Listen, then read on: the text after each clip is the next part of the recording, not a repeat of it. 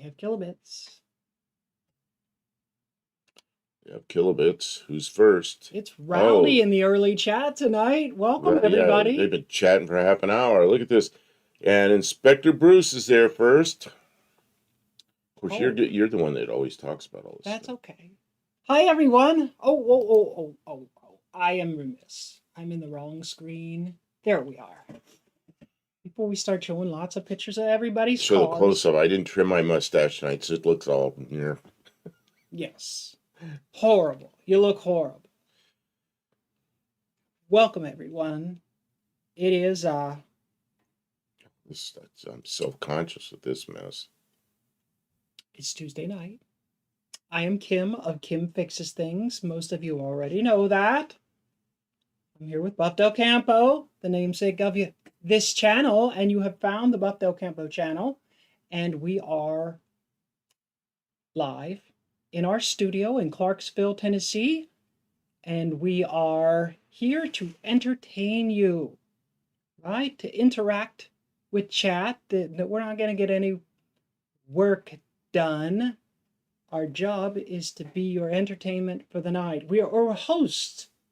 You are the host, and I am the hostess, right? Because it's your show as much as ours. Hey. What? 701. A new viewer here. Oh. David Stafford. Do we know David Stafford?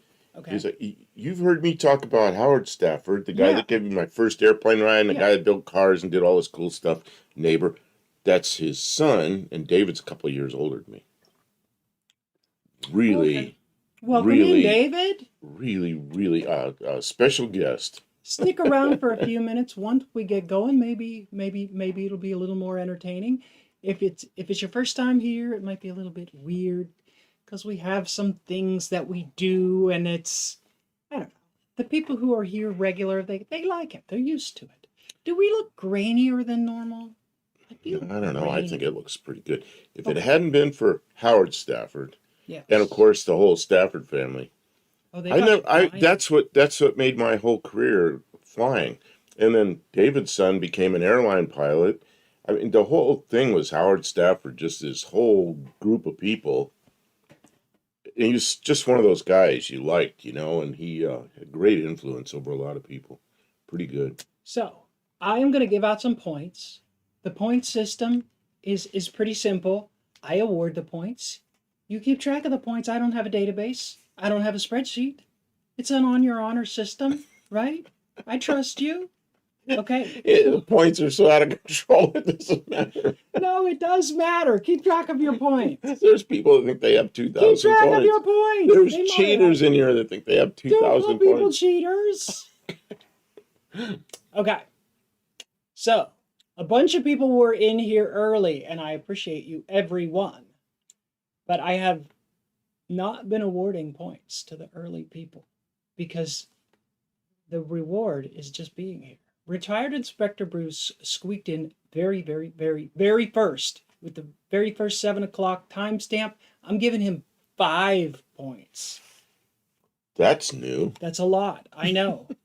But Buddy Carfano, Mexican Spec, Kevin Smith, and Vintage Adventurer Drives were also all here at 7 o'clock. So since you guys were not first, but also here on time, you're getting 4 points. I'm awarding points because I just like it. I like when people are on time. That's like classic kind of thing. People who are on time, they get reward, right? Now, you don't get, if I say your name again by mistake, you don't get double points, but I'm going to try and get it. I think Crash Road Runner Garage got here at 7:01. David Stafford, you also squeaked in at 7:01. And I think I'm going to include Mofo Driver and Olive. Y'all get 3 points. Tavo, you get 2 points. And then we are up to the current time. Did I miss anybody? Oh, Luis. You get 3 points. Luis is here already. Yeah, you get 3 points. And Tavo's here. Wow. Tavo's here at the beginning of the show. It's good to see you. I don't got a database. You better be keeping track. Tavo, I said I wanted to see some pictures from down under. Man, right away you sent Australian Ford Cortina up here, and I used it as the opening photo because I like that car. Kevin Smith is saving for Studebaker. There's some other people who saving for that chrome 4-slice toaster. The mini TV radio. There's a lot of things that people are saving up their points for. I suggest that you save up all your lids to get that pool table for the kids. Your lids. That's a line from a song. Does anybody know that song? No one knows that song. I don't know that song. Okay. You're kicking the whole table. I can. There's a leg in the middle of the table, and it's in a bad spot. No, I'm just kicking. It's real easy to kick that leg, and the whole thing scoots. So, everybody's here tonight. We can choose prizes from the Spiegel. Yeah. I'll just buy them and mail them to you. It's fine. Drop ship them. There's still a. Hey, at the rate that the economy in China is falling, we could pretty much have everything we want for pennies. There's a Subaru out there for 50 points. It's been for sale for 50 points for a long time, but you got to come get it. Nobody comes and gets it. That's because it's a Subaru. Well, it's a pushmobile right now. It needs a timing. You say right now as if I will ever get time. Well, it has driven. I've ridden in it with you driving. It drove so good until it didn't. Until it didn't. Isn't that how cars are?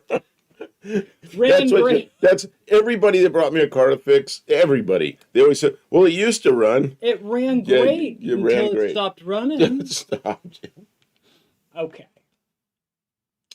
Mopo Driver sent pics of his 66 Dart before he knew tonight's theme was 70s cars. That's okay, Mopo Driver. I download them. They're in the queue. I'll show them. Always want to see pictures of anybody who's here's projects. It doesn't matter what the topic is for the night. So if you had pictures of something you're working on and you wanted to send them and you were like, oh no, it's not from the 70s, no, send them. We want to see them. Especially while you're here, we can talk about, you can tell us about your project a little bit. Also, some channels, they don't want you to like self-promote, right? But that's not how it is here. This is like community time. We're all in this together a little bit. You know what I mean? And so like if you have put together a video this week, or a podcast or I don't know, something artistic, especially if it's automotive adjacent, but it doesn't even have to be. You could have a channel about gardening or something like that. If you want us gardening, we'll try and put up a link. But for sure, tell us about it so people know and they can go and check you out. Maybe subscribe. A lot of the people in our chat tonight are content creators or like Mexican Spec. We'll probably dedicate half an hour to talking about what Mexican Spec is doing once we get some of his cars up. But we're all here doing stuff. But hopefully we're a little bit entertained in between those, like, promotional bits. I was talking to somebody yesterday and I realized I'm just doing the elevator pitch for the channel. Like I do it to everybody, Like, yeah, I do YouTube and I'm Kim Fixes Things and I'm on the Buff Del Campo channel and this is how you find our channel and you can plug it in right now. Yeah, that's us right there. And I'm like, I do this all the time. We need some stickers, cards, or stickers. Something stickers are so better. I can shut up. Because like yesterday, I took a picture of a really nice car in a parking lot at a grocery store. And the guy says, oh, what channel is it? I told him, and he looked kind of confused. And I said, okay, I wish I had something to hand him. And he was going, and I was going, and probably missed an opportunity there to maybe remembered. Uh-oh, so it takes 2 or 3 years before they show you who they really are? Really? I mean, I would say somebody who can hold out for a couple of years is a very stable kind of crazy. Yeah, because I can't keep it together for more than a couple of weeks. I was here like a month and I realized how nuts he is. Kevin Smith says, Dougster okay today? He wasn't feeling any pain last night. Oh, he was up late. He drank 5 beers while he was doing his live. Yeah, well, and then he switched over to Pepsi. Is he on vacation for the 4th this week? I don't know, but he seemed like he had no worries. He went 6 hours. So I said to him something about, well, he said he was getting tired. I said, it's probably the beer wearing off. He goes, oh, the beer wore off 2 hours ago. I said, I've been drinking Pepsi. So, well, he's a big guy. So, yeah, 6 beers probably like me drinking 1 or 2. He was sitting down. I'll bet if he stood up too fast, he'd really feel it. Dented Dreams Garage asks, what's the cheapest place to get channel stickers made? I don't know. Who's the guy that's in the group with us? Isn't that Tony's Hot Rod? Tony's Hot Rod Garage. He's in somewhere in Arizona. He makes T-shirts. He makes all kinds of promotional stuff. So he might be somebody, but see that Vintage Adventure says he has business cards with a QR code on it to take people to the channel. Oh, that's kind of neat. That's what we need to do. That's some people are afraid to go hitting random QR codes though.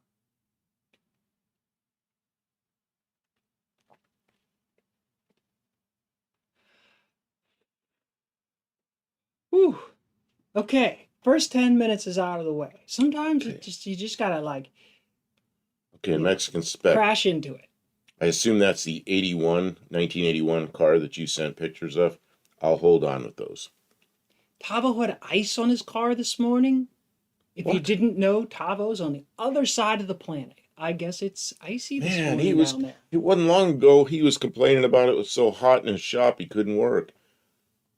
Man, we flipped now because it was hot in our shop. It was hot in there. Kim left our little window AC unit on in the shop all night. And, it was actually nice in there today. But with it sitting there on all night, it cycles on and off because it cooled off during the night. But, man, the humidity in the shop was really low. I can't imagine a 1/4 inch of ice in Australia. Wow. Gunslinger Graphics. Yeah, you know what that is, Tony? You know how I can tell? Oh, you're going to bring it up. Because it's got the no name nationals on there. Okay, yep. We need to no name national shirt for $60. $60? Okay, scroll down a little bit. Scroll. I guess they're right there. See that? 60 it's a hooded sweatshirt. So. Yeah, it's a nice sweatshirt. Hey, and 4 interest-free installments. And he's a member of our automotive community, so it's not like you're just buying from some random person. But I don't see catalog. I don't see stickers. Luis, you'd have to check in with him. Snap a picture of that Nova. I want to see that. Man, send it in. Whew. You hot? Yeah, my feet are cold, but I'm hot at the same time. I slept about half hour last night. I just couldn't sleep. One of those nights. So then Gearhead's here. Yeah, good evening. So I got up early. Kim and I went up the shop, and we got a lot of stuff done today. And then I came down and took a nap, so I feel good now. But we were up there before the heat hit, and the air conditioner had been on, so it was pretty nice working in the shop today. It wasn't too bad. I got my turn signals working. Actually, they were working. I just didn't know it because the lights on the indicators on the dash were out. So we got those fixed. That was good. They were working, and then they weren't. You know how that is. But the light bulbs, both light bulbs burned out on the ones behind the dash. So we replaced those, and now it works. You don't expect that. 2 light bulbs to burn out at the same time. Vintage Adventure he says in an early video of his Scampy was tearing apart a rear end while it was snowing, and it was at least 4 inches deep by the end of the day. Man, I'm so glad we have a shop. Taos is warmed up now. It's traditional to fix A-bodies in the snow. Yeah, they break when it's winter. That's 9:45 a.m. and 4 degrees C, which is about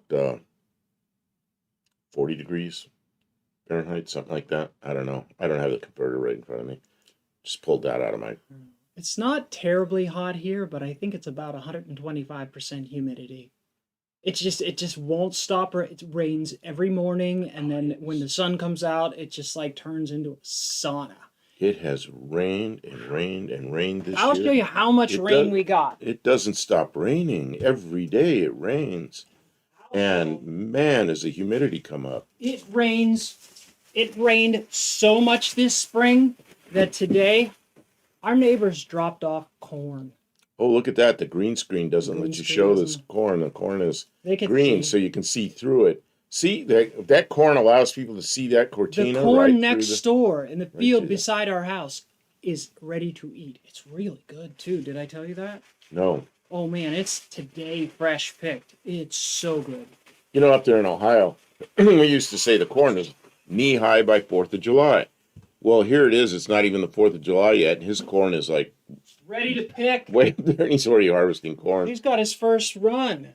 That's crazy, and it's good corn. But yeah, it doesn't grow like that unless you get just like constant water. So censored. That's right. We're not allowed to show the corn. Yeah, you just see through it. Well, it's like my drink tonight. I always show what I'm drinking, and this is like probably some generic form of 7-Up. But look at that. It's green. You can see right through it. It makes it so I am see-through. Kim is see-through. Look at that. You can see the front of the Cortina because this is the same color as our green screen. Just weird stuff that happens. It is the 4th of July. That's right.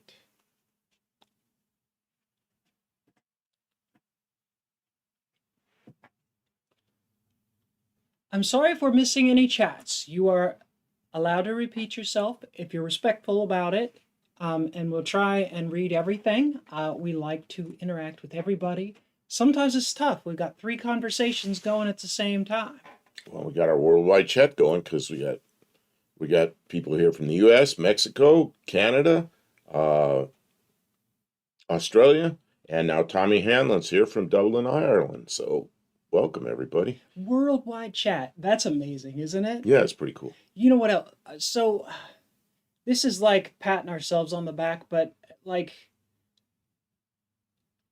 it feels really good to hit milestones. And was it last week we hit 5,000? We're already at 5,500. Yeah, we hit 5,000 subs last week. We had 500 subscribers in a week. I don't know what we're at now. In a week.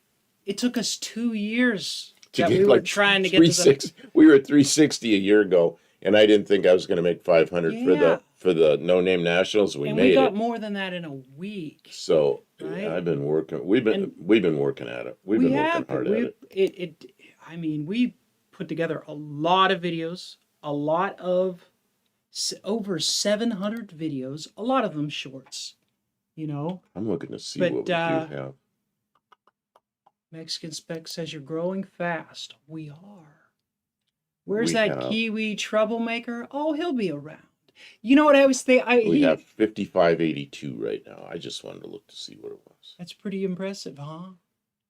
It's neat to see it happen because we've worked pretty hard at it.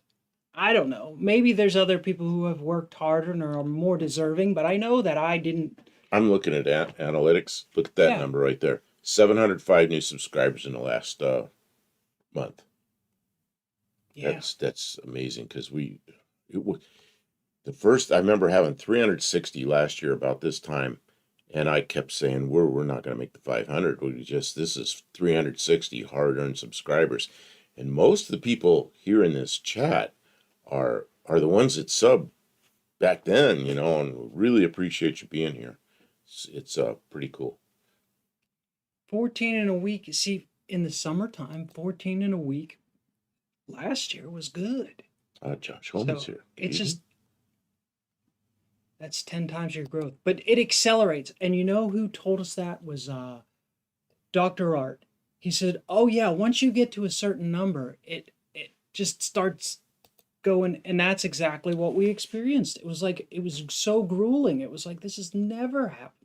We should we really, there have been lots of times we felt like we should just give up. Nobody cares what we're doing. We cannot grow. Videos are not getting out. Well, and there's times when something big happens, like political or something happens where there's a bunch of videos that get pushed out, and they get pushed out ahead of us.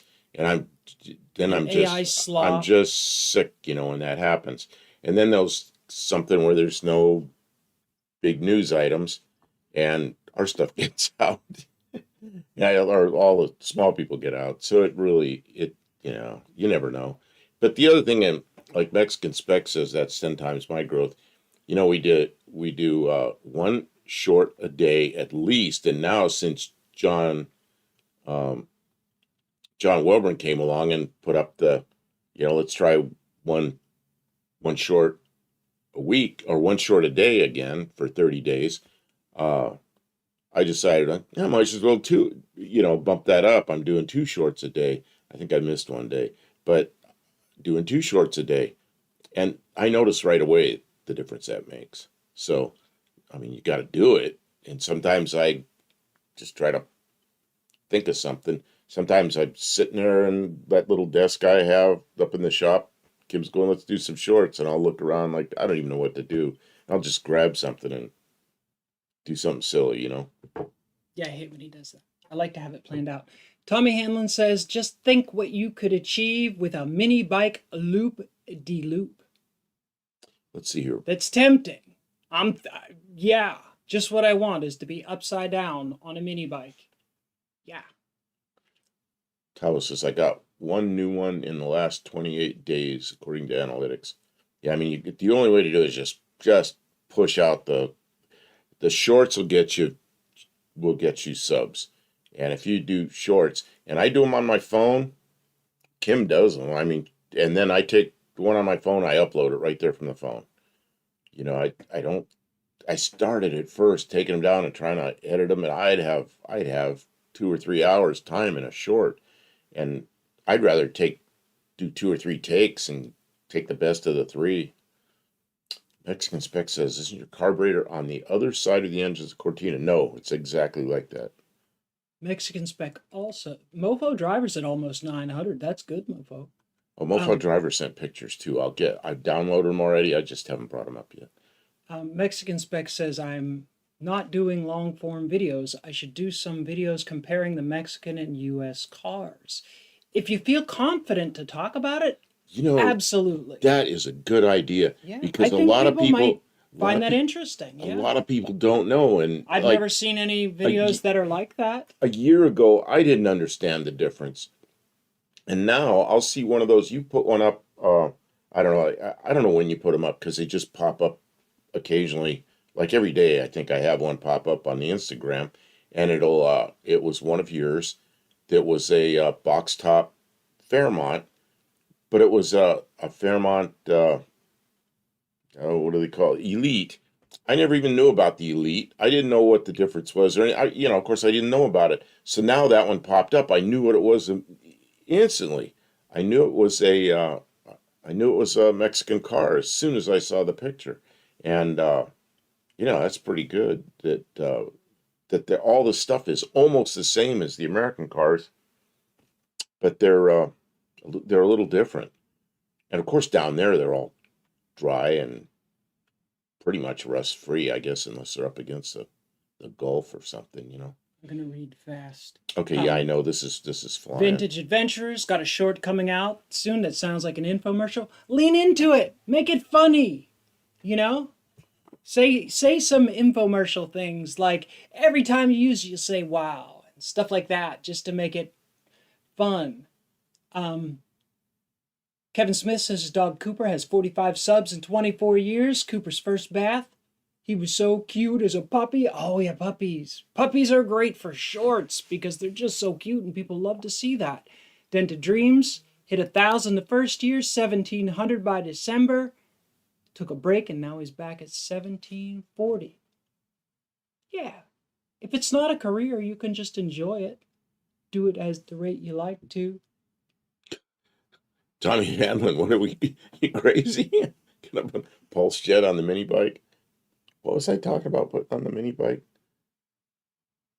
Something like that. I don't remember what it was. I don't know. It wasn't a pulse jet, but it was something similar. You'll actually spend a very short amount of time upside down. Well, that's not, no. No. I don't want her upside down. My insurance doesn't cover that. This vintage adventure drive says I finally crested 250,000 views.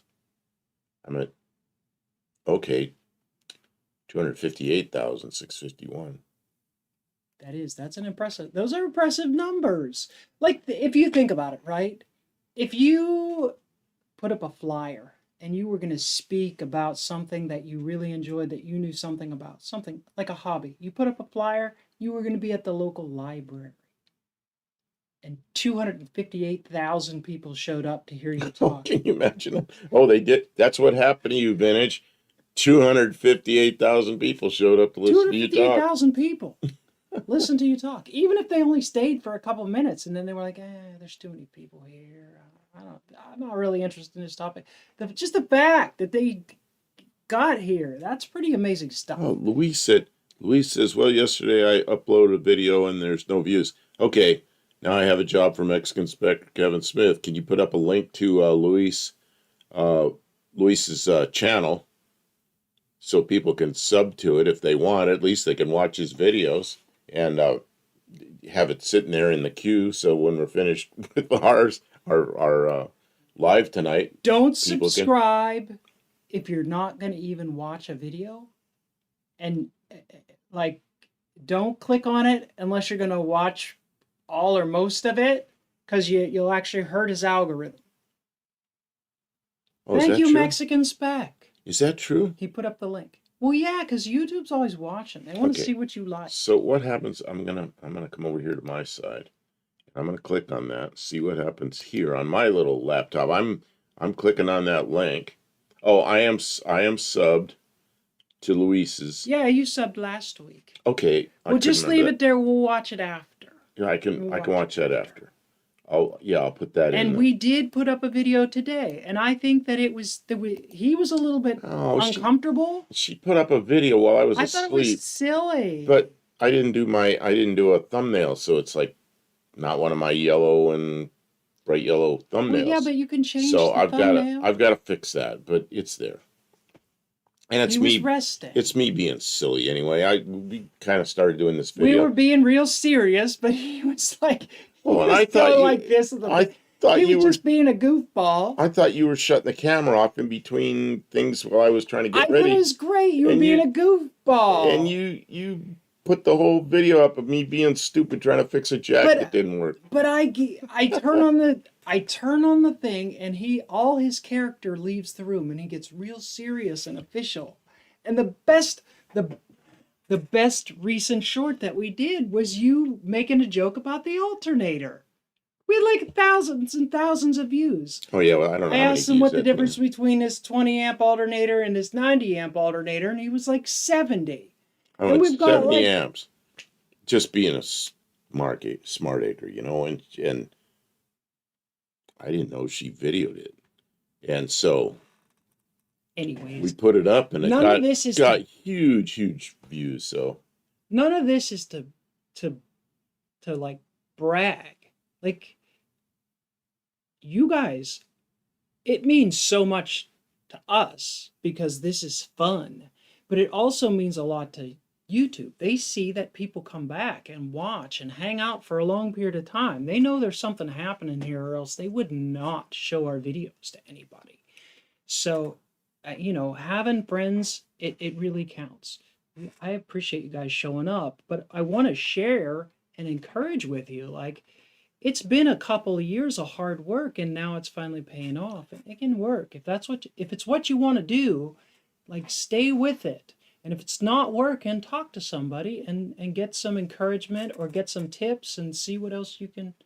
And Den of Dreams Garage here says, Mexican Spec got a lot of rust repair, found some in the frame, and now I'm fixing two. The car has the spirit, though. Okay, so here's the question there, Den of Dreams.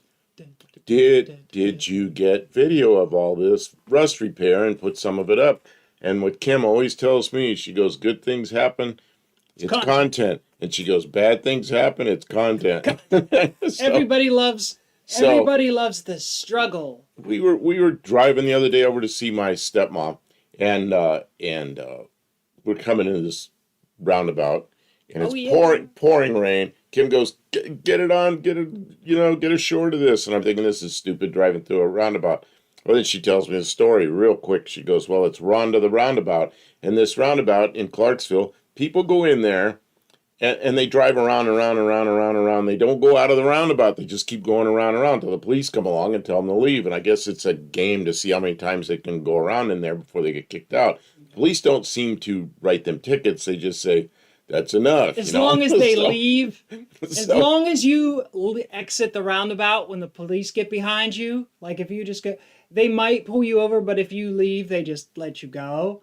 But yeah, they don't like it. And if a bunch of cars are doing it, then it's blocking traffic and they will ticket you. So I made a video of it going through just a little short and I put it up, Rhonda the Roundabout. And then my GPS was chattering over top of me talking, but it's still, I put it up and we got a lot of views on it, so. I don't know, we're having fun.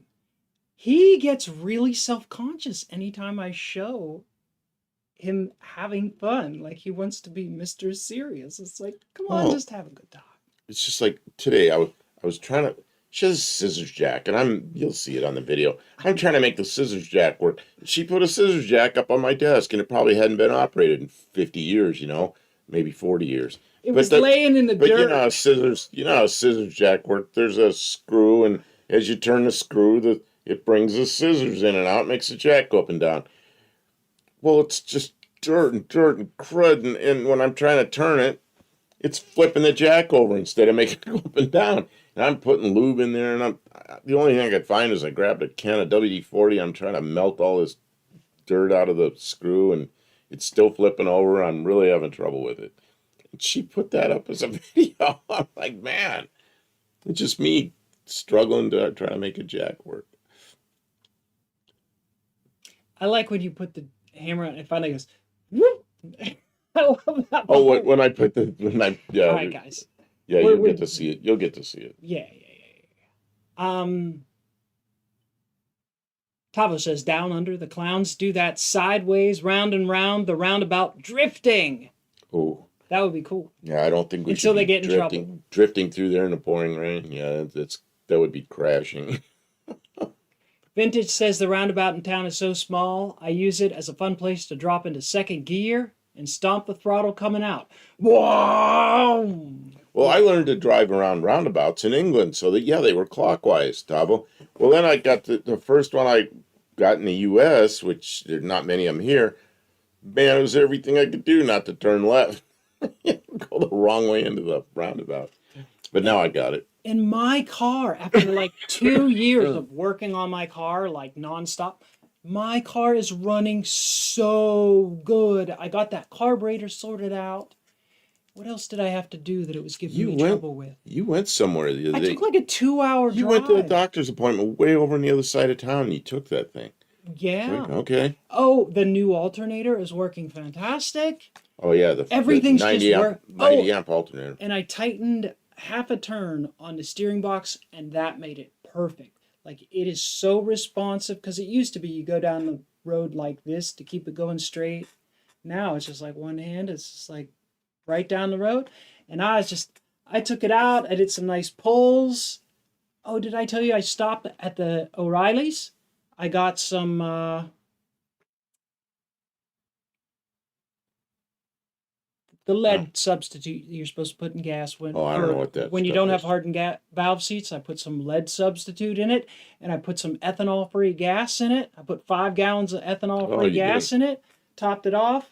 It's ready to go. So I can drive my car. His car, we got the turn signals done, so all I got to do is crawl under it, which I didn't feel like doing today. I got to crawl under it and get the inner tie rods replaced. And then he should be able to, we'll have to do an alignment? I want to talk more about that. Okay. But I want to catch the chats just flying here, and they're going to be gone. Tommy Hanlon says, an old good friend of mine gifted me his car yesterday as his brother gifted him his 21 electric Jaguar. So what did you get? Wow. That's generous. Yeah, I'm interested in that. Okay, I want to get that because it's going to disappear up there. Do you know how to keep gas in your car now, Kim? Yeah. when you have a metering rod in your carburetor, instead of all the gas going down into the engine like you're flushing a toilet, it actually meters the fuel, and it seems to get. I drove it for 2 hours. You know how a metering rod works? There's a jet. That's the jet.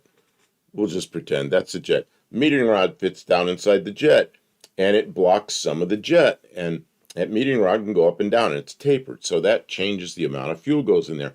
But when this metering rod falls down inside the carburetor, just sitting in there, and that jet is just a big wide hole like that, whichever way it is, like that, then the car uses a huge amount of fuel, which is what her Dart was doing. And that was a new carburetor. And I'm not sure that metering rod was ever in there, right? I bet that metering rod was down in the bottom right from the beginning. No, because I got horrendous gas mileage on the way out to the No Name Nationals, but I didn't care because... Well, we didn't know. You put a new carburetor on, you didn't take it apart first. I did the math, and I was like, wow, I'm getting way less than 10 miles to the gallon. Why is it so bad? And it was like, oh, well, pump the gas and just keep on driving. But, I was like, this is bad. And I thought it was just because the engine was worn out. But I figured, well, we get the new engine and it'll get good gas mileage. No. Anyways, I drove around for 2 hours and I stomped on it a whole bunch of times. And there was a couple of really nice hills coming out of the hollow, and I just stood on it so it would really pull up the hills. And I used 5 gallons after driving around for 2.5 hours, something like that. So I don't know what the miles was, but it was a lot of driving. So you were starting to talk about my car and what we did on it. Yeah.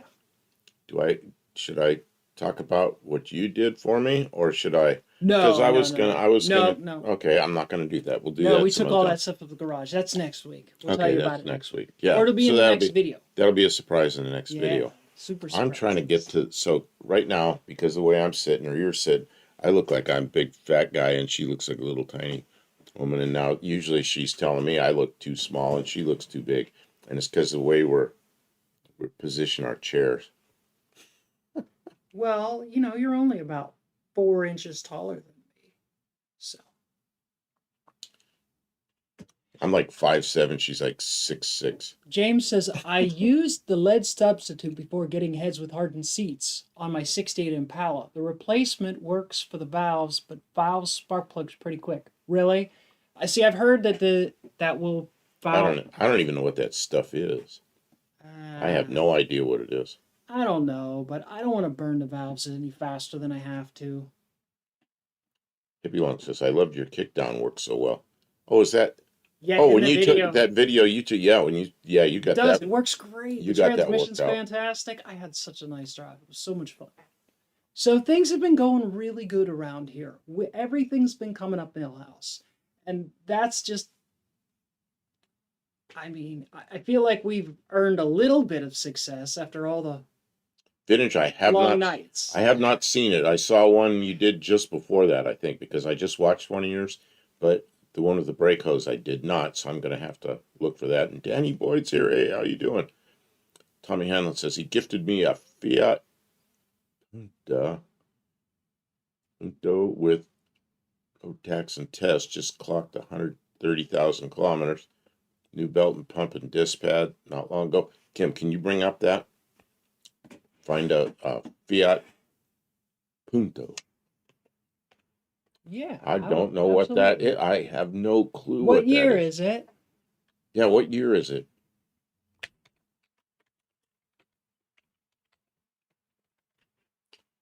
Special Agent James says, I think it's manganese and benzene, and I can't remember for certain, though. Ooh. That's wrong. That could be it. That kind of looks like my little Chevy. That's a 1990 something. That's a car we don't have here. Mm-hmm. Vintage Adventure says my satellite hasn't fouled a plug after 9 months of using lead substitute. I think if you mix it properly, it shouldn't be too bad. I don't know. I think I'm just going to do the best I can. somebody was like, "Ah, you don't need that lead substitute. That's BS. I never put it in any of my old cars." Blah blah blah blah blah. And it's like, yeah, but if I burn a valve on my like I put new valves in it, I don't want to burn them. Blue Grit's here. Hey, how you doing? I just did all that. Oh, and is that Walter? Or is it Anna? Does everyone's? Oh no, no, we're here. We're actually here. We are actually here. What are you doing, Walter? Try refreshing. Okay.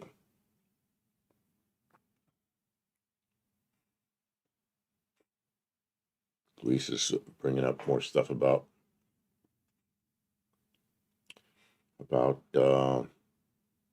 cars and movies. Okay, can you switch? But car, that's a car in movies. Okay. Okay, now this actually gets to our, if you can switch to my screen. Absolutely. That brings up our, kind of what we're doing tonight, which is the 70 through 79, the whole 1970 era cars. And Buddy Carfano sent this one, which is 70 Chevelle SS. Pretty nice car.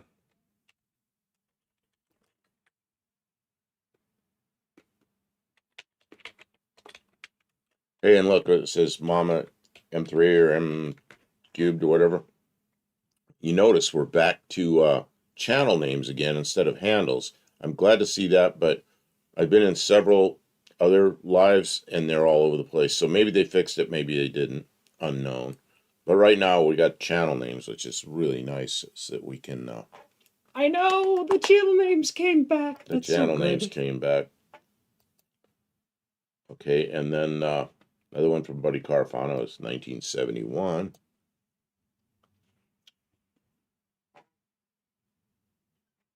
So we're talking about cars from the 70s. Are we going to try and do 1 year at a time, or are we just going to go through people? I don't know. I'm just going to send in, just put up pictures people sent. I don't know. Oh, that's a nice CUDA. What do you think of that? It's Did you ever own one of those? It's purple. Would you have a purple one if you had your choice? You know, what color would you have that in? You know me. I like these bright colors and everything, but you drive them for a day or two, and then pretty soon, the police notice you. So then you got to drive around like an old man. Oh yeah, I am an old man. No, but even I get aggressive in something like that. Oh, Buddy Carfano says 70 Chevelle is his dream car. Well, I can put your dream car back up. Someone should invent self-cleaning spark plugs. If you have your fuel mixture right, and the engine is running properly, the plugs last a really long time. The platinum, is that what the new ones are? Yeah, the platinum plugs. And people don't like the alcohol and the fuel, but that's one of the things between the platinum plugs and the alcohol and the fuel. Plugs, they last 100,000 miles. Yeah, 100,000 miles without cleaning or anything like that is a pretty long time. So I don't know, Kevin. Purple, yes. CUDA, no. You don't like the CUDA. What do you think about those wheels? These wheels? Yeah. I don't know. They look right on that car. They're okay. I like the what do you call them? What do you call the wheels? Somebody will come up with this. Here, somebody will get some points. The wheels like they used on the Corvettes, and I think a lot of these cars, those ones are on Chevrolets for years. Olives likes the butterscotch, but I don't know if they came on those CUDAs. I think butterscotch would look good on a CUDA. I mean, a CUDA kind of looks good with any. Is there a bad color for a CUDA? But I think butterscotch would look good.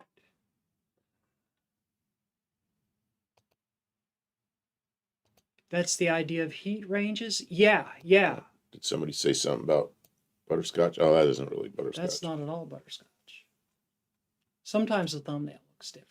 outside. The thumbnail looked kind of butterscotchy on that one. Iridium and radium, I think it's called also. They have iridium. Oh, iridium plugs instead of platinum.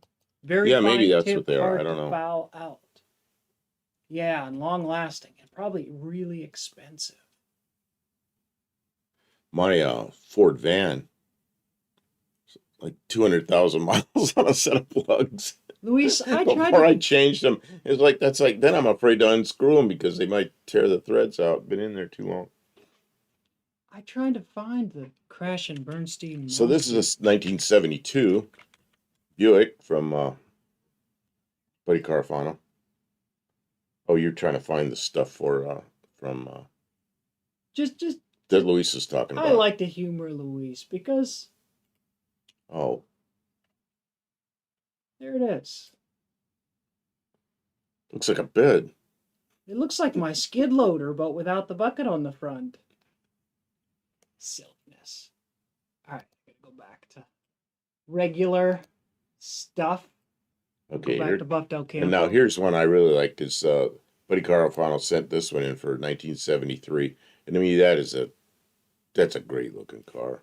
Kevin Smith says black isn't fun if you don't like washing your car. See, I don't like black because it's too hot in the summertime. Like, I mean, you can't even touch your car, man. Look at this.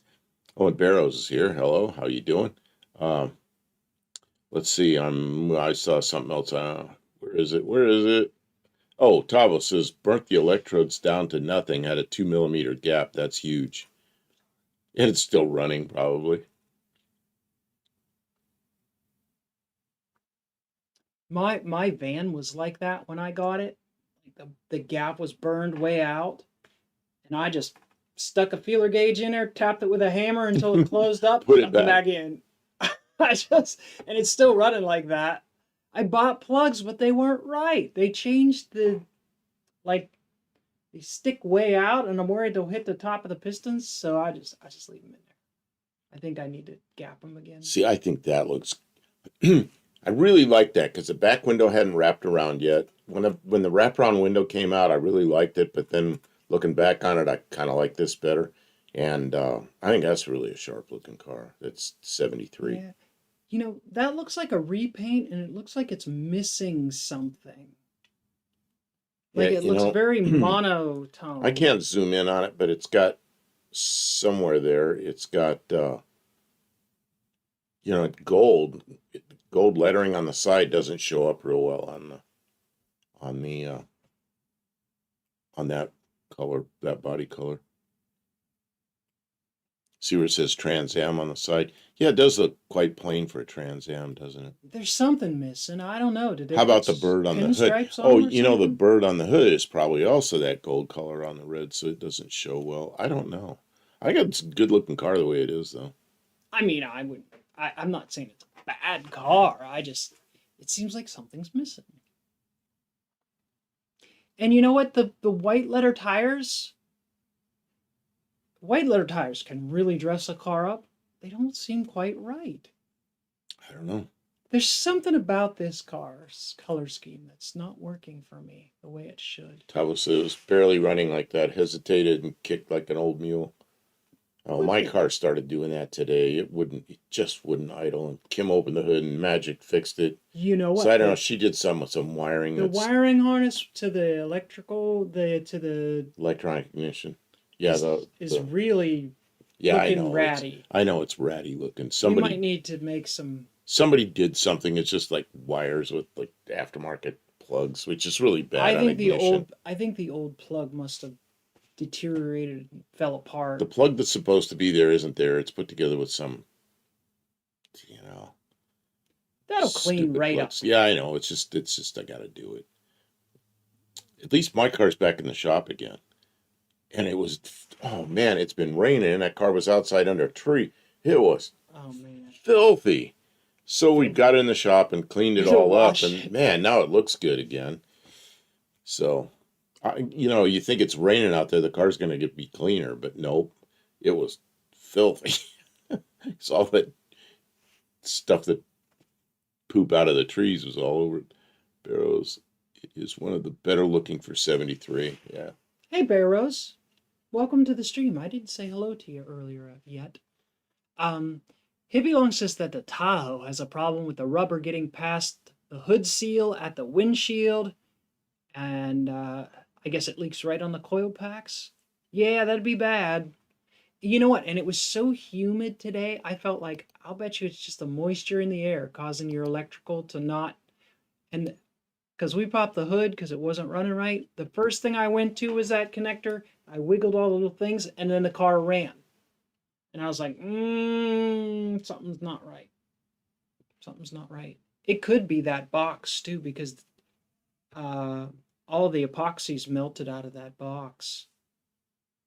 This is Hippie Long. Oh, I didn't see the 455 Buff's nug was shadowing. Olive says, was at a point of putting Koopa Cobras on my Volvo because it was hard to get nice 15-inch tires in the shortage. Found some Eagle Sports instead, but could have been cheeky. You know, we were looking at tires for his car, and the Cooper Cobras are only like 35,000 or 40,000 mile tires. And for less money, you can get a 70,000 mile tire. So, I don't know. Hippie Long says, Buff, I've been looking for a stripe kit for the Z sled. Hold off, because I'll probably paint it. He wants to change the color. Yeah, and it's not going to stay that color. So, I'm kind of waiting to see what I'm going to do. I'm going to drive it to No Name Nationals the way it is, but I don't want to put a lot of work into that stripe and everything. I know that stripe bothers a lot of people because it's kind of deteriorated. It says it's a 1974. That's a 74 Grand Am. 74. What's the difference between a 70 and a 74, Mr. Buff Del Campo, before I pull up a picture? Well, the Grand Am was an A-body GM. That's the middle-sized GM car. But they came out with a Grand Am somewhere around here that had the kind of partial rubber nose, and it was a little bit different trim package than the standard Le Mans. But does it look the same as a 1970, or do they look about the same as a 74? It's completely different. Yeah, 73 came out. That body style came out in 73. Oh. That's the same body style that, or the same body, not style. It's the same body as, I can't think of his name. Come on, what's, Dylan, his, Chevy. I know the one you mean, but I can't think of it right now. Vintage Adventurer says he bought 4 unused 295 5015 Koopa Cobras for $200. That's a pretty good price, but 295 5015s is a really wide, low profile tire. How wide of wheels do you have to have for those? Like that's like 10-inch wide or something? That's good Kevin price. Smith says that I should paint the stripes. He says it's about a 2-hour job to paint the stripes on an average car. You know, the thing is, those stripes were tapes. Those are tape. So they got some, they're 3-dimensional. You know, you go up there and rub your finger over them. There's a ridge everywhere, and then they're worn out. Some parts of it are missing and everything. So, Heavy Long says it'll peel right off. Man, I don't know. And right now, I need to drive that car. After my Mazda got wrecked, I really haven't had a daily driver. We've been sharing the Jeep, and I haven't had a car to go out and just get in it and drive it. He really wants to drive it. I drove it for 3 days or 4 days before the window broke, and now here I've been again. You know, the window, and then that took a long time, and we had to go get a parts car to get a window. You know, it just went on and on and on. I can't believe he's resisting getting the air conditioning working. I got a compressor. It's just... He doesn't want to work on his car. I want to get it so I can drive it. You know, it's like I'm not going to put stripes in an air conditioner on a car that I got to push around, you know. That's stupid. It runs good. I want it so I can get in and close the door and drive, you know. So that's the priority. And then I can do some of the other stuff, you know. Yeah, I want to do all those things, but I don't, You know, I don't want to do them out of order. They have an 11.6-inch section width, and they're on 15 by 10s on the back of a satellite. Okay, I wasn't too far off then. That's not bad. $200 for a set of white letter tires that actually fit your car. It kicks butt. Oh, here's the next. Tommy Hanlon had a red Fiat Cinquecento. I don't know this word. Help me out. Cinquecento, which I regret not getting a Starsky and Hutch Cinquecento stripe on. One of my greatest regrets in life. Well, I better pull up a picture of that. Because well, see, and you know this Vega I've got up here. This is like is that it's a Cosworth Vega, just like the one that we saw one like that. Yeah, I can't remember his name. He's the one that traded for that other Vega that was so fast. It was turning in the fives. Yeah, that was amazing.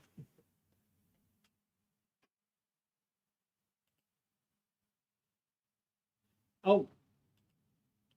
That's just silliness, putting a Starsky and Hutch stripe on one of them. Is that what?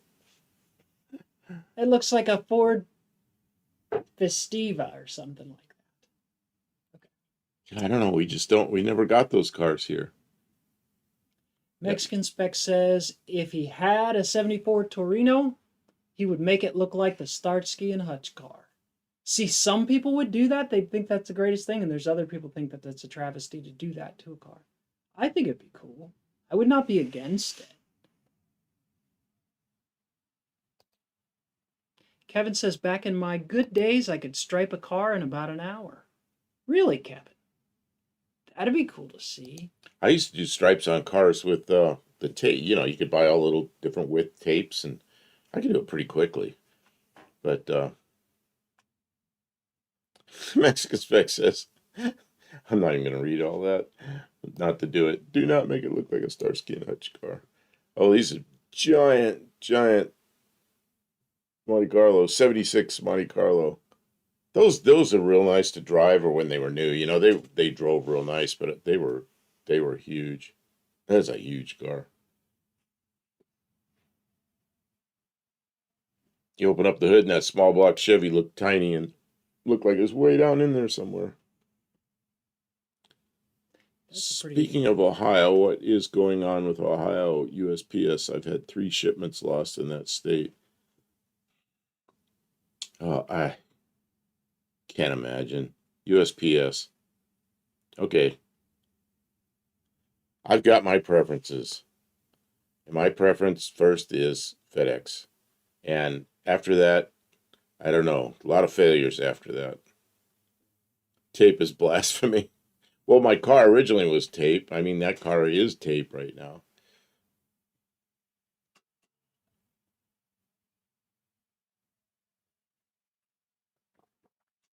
Pennsylvania had 5 inches of rain in 24 hours, so that's probably not helping them any. But that shouldn't be lost. That should just be delayed. A magic non-rusty one. You know what? We've seen a couple of them. That one What's this? The one we saw, it was super low mileage. What was it, like 27,000 miles or something? Oh, it wasn't even that. Yeah, it was in the like 4 digits. I don't think it had ever been in the range. It was at No Name Nationals. It didn't look like a new car. It looked like a car that was well taken care of, a couple of years old, and somebody had kept it inside. And he was trying to sell it. Well, in fact, he was there at first annual No Name Nationals. He was there the second annual No Name Nationals, and that's when he traded it for that really fast. He traded it for a super drag car, like a super. It's almost a funny car. Yeah, it was amazing.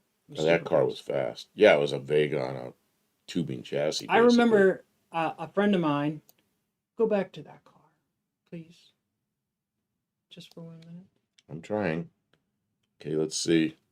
Oh, now I botched it all. It's out of order now, huh? Now it's all out of order. I'm sorry. I gotta. I'm sorry. That didn't work. That did not work. Those 76 Monte Carlos made good demolition derby cars. The New Yorkers were banned because they caused too much damage to cars and drivers. Oh, really? New Yorkers? New Yorkers, like, giant Chrysler. Chrysler product. Well, I thought it was the Imperial. They really wanted it. Personal luxury sedan. Look at the bumpers on this sucker. There's a lot of car there, but it's a couch. So, when I was younger, I had a lot of junk cars. Junk cars. I'm not even kidding. And most of them were like 4-cylinders, Econobox little cars. And a Monte Carlo like this was the first car that I saw, that I had a friend who had a car like this. And like, I was just like, what are you doing with that old man car? And he was like, this is like, I didn't understand, right? He goes out.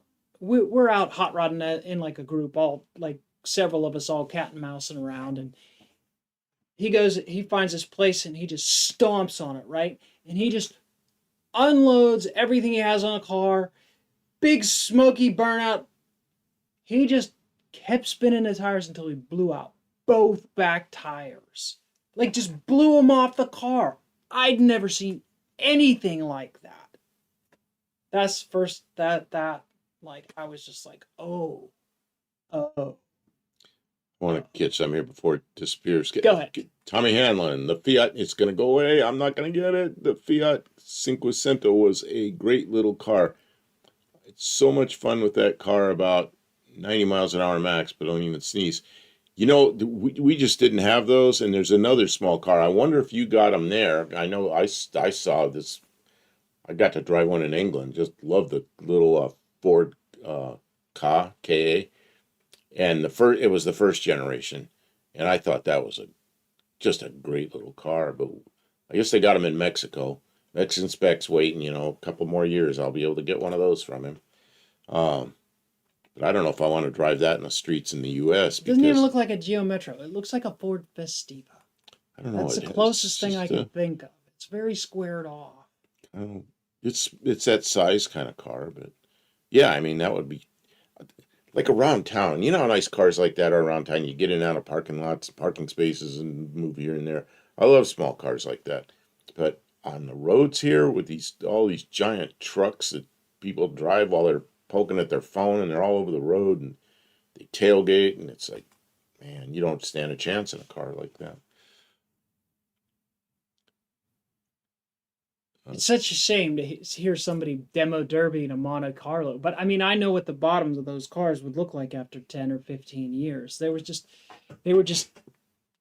roachy. It was disgusting. And they were, holes in the trunk, and they were just, everything was swollen. You couldn't maintain them. They were not serviceable anymore. So I can understand you demo derby it, but just hurts to know that the cars got like that. Tawa says we had the car down here.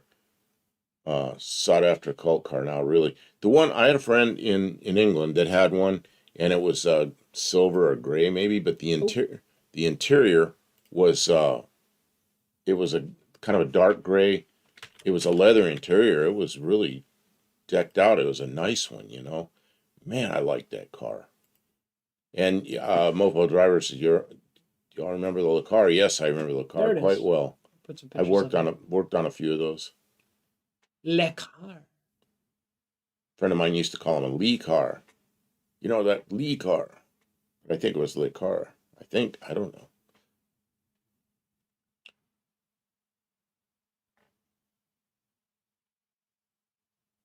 Belong like Suzuki Geo.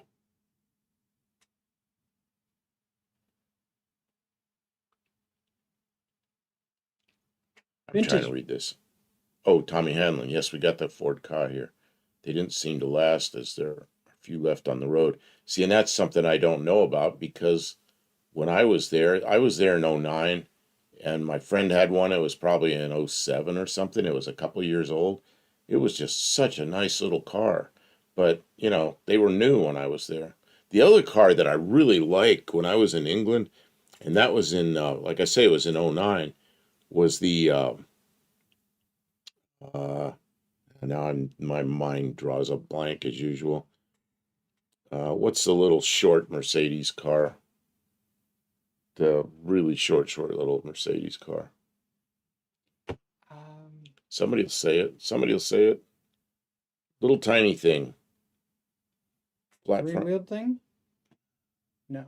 They were new up till just a year or two ago. I think they quit making them. Oh. Why can't I pull names out of my head? Because I'm old. Smart car. You got it, Mexican spec. Smart car. There's a smart car little roadster. Little tiny roadster. Looked nothing like the other smart cars, but it was small like that. And it was just a little 2-seat sports car. Those were so slick. I really liked those things. So I'm wondering, Tommy Hanlon, did you get those smart car roadsters there?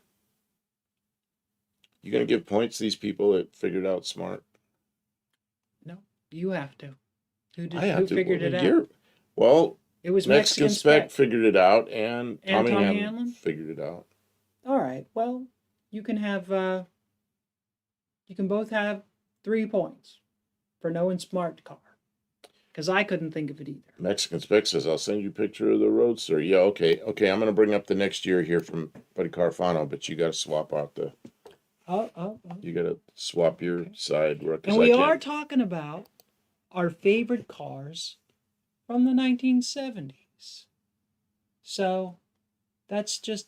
We don't have to only talk about that, but just brings it back around a little bit. I'm getting Thanks to everybody for being here. Smart car belongs. Man, there's a lot of chats tonight. I can't read it all. Tommy Hanlon. Yeah, I know. I'm but thanks everybody. I hope you're having a good time. I'm just reading them as I can. I got to get a cough drop. I'm sorry. Okay. I'm gonna start having a. Thanks everybody who sent in pictures. There's still time to send in some pictures. If there's something specific that you want to show us, some real favorite, send it to us. I'm sorry to interrupt because it's just going to disappear. When iCat says, howdy all, listening while I get the dishes done before Wendy gets home. Oh, that's good of you.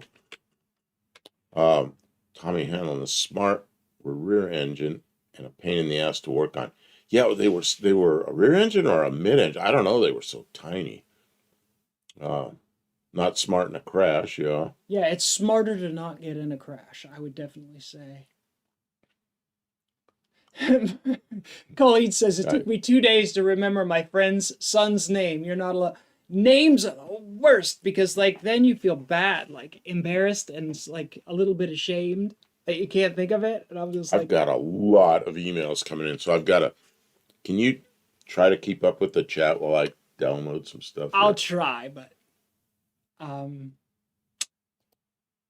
Mexican Spec says we had the Smart 2.4 and the 4.4 plus the Roadster. I think we only had the 4.2. The Roadster. You had the Roadster in Mexico? Oh man. See, now I'm gonna want a Smart Roadster, but I don't really like.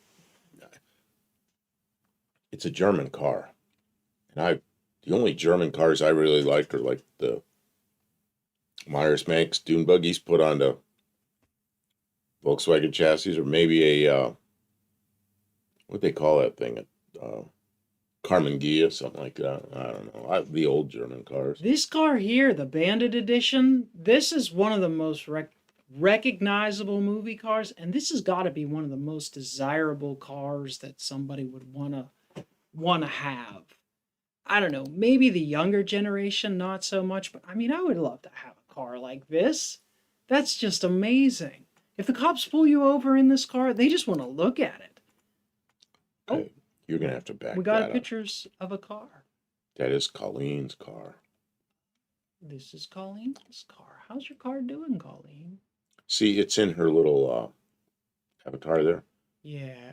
So I see it all the time, but I don't see a very good picture of it. But she's saying the hood is butterscotch. That's why she sent that. So that's her car. Look in the background. You see another one back there. Slightly more built up car. That's people send pictures of cars. Then you look in the background and see the other cars they have. You go, oh, look at that! Look at that! Look at that! You guys can slow chat on your end? No, that's okay. We're not going to slow chat unless people start spamming.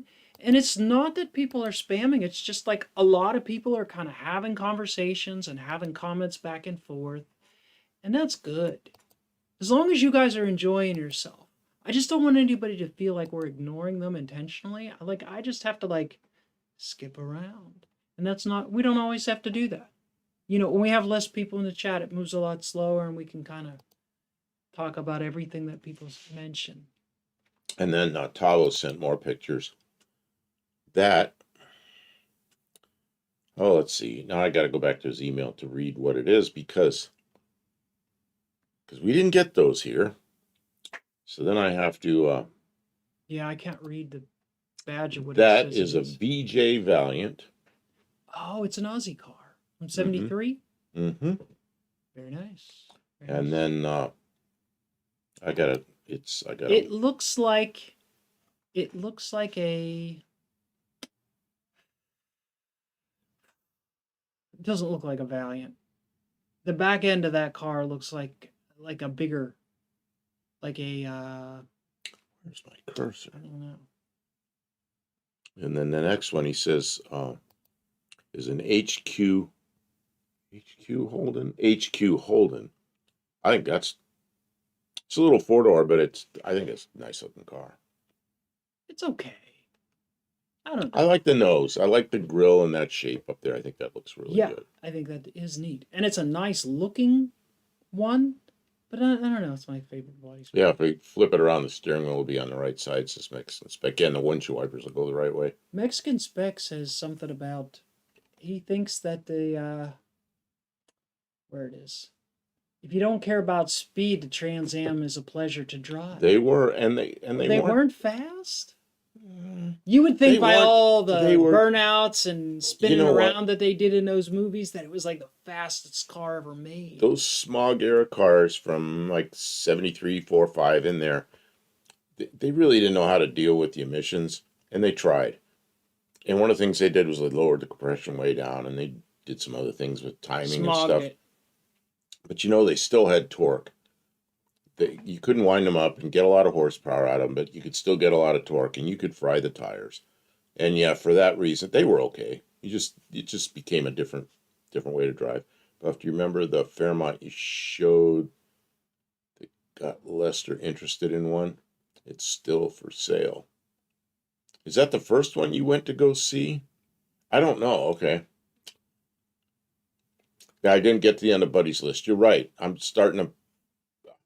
got so much email, I'm just picking at what I can pick up. And then I'm going to go to Buddy's list. I'm going to go get back to it here. It's just when I got a lot of pictures download, I want to start downloading them. And then I see them and I want to show them. I'm sorry if I'm not doing it all in order. Blue Grit says the problem is there's not enough crush zone on the smart cars. Yeah, I wouldn't want a little car like that. Like, I'm okay with having something that uses a little more gas and that little smart roadster. Where that would be fun. What Blue Grit likes are these little run around the cone races. It'd be perfect for that. Or on some back road where there's nobody else. But that's hard to find. It is a shame that there's not areas that you can only go with the smaller cars. Like where the big trucks just aren't allowed to be, stuff like that. Like zones for like economy cars. But it doesn't really make sense because like then people who have big cars are in a bad space. But like it'd be really nice if all the roads weren't swamped with all these enormous vehicles. And that is an Australian XA Falcon. We never got those up here. Falcon ended with us in early 1970 was the end of the Ford Falcon here. And in Australia, the Falcon continued on, and the body styles changed. And that looks like a really long Maverick. Some of them were pretty nice. I was looking at the windshield shape. I'm thinking, is that the same as a Maverick? I'm not sure. Yeah, that is pretty funny if it is. Mexican Spec says it was the butterscotch-colored Fairmont. The price has been lowered 40,000 pesos. Oh. Yeah, but you didn't like that car. There was something wrong with it, right? Me? Yeah, I don't know. Mexican Spec knew that the car wasn't worth that amount, and that's why he steered him a different way. And then I'm going on with Buddy Carafanos, because there's a request here for it. Oh, it looks the same. That's 1978. I remember these were around. That was one of those pace cars. I think every dealer got one or something, or maybe a couple of them. I remember those pace cars being around. I keep yawning. Don't be yawning. It's so rude. I'm sorry. I need air. Yeah, and Danny Boyd's right. The last Falconer was built on the 71 Torino body. Yeah, it was 1970. It was called the 1970 and a half Falcon. And it was really a Torino. It was just a strip version. No, just plain Jane car you could get. And they called it a 70 and a half Falcon. And there were a few of them around. I tried to get my father to buy one because he was looking for a car, and he went down and he bought a full-size Ford, which is nothing wrong with that. What is this, Scutterbotch? It'd be like butterscotch. Oh, Tava, that says, see the Torino and Maverick inspiration. So did this car inspire the Maverick, or did the Maverick inspire that car? I don't know which one. Which came first? Oh, was it the chicken or the egg? And then the 79 pace car from Buddy Carafano. You're going to have to back that out. That's huge. Boy, that's a really pretty driveway. Got the terracotta tile and everything. Can you imagine having that right now? Yeah, that's a really nice. You know what? I don't like the that hatchbacks. Guy that I went and saw the other day to get the things. That is a lot like the car he had. Yeah, it wasn't painted up nice with the ponies on the side or anything, but it looked a lot like that. He said he gets lots of thumbs ups. People really love it. And he has a later Mustang. He says nobody cares anything for the later Mustang. I like the little coupes better than the hatchbacks. Hatchbacks are okay. One thing about a hatchback, I had one for a while. I had an 89 hatchback when I was in Ohio for, I don't know, 6 months or so. And I could sleep in the back of that thing. If I was on a trip, I'd just get in the back of that thing and stretch out and go to sleep. Fiberglass makes me...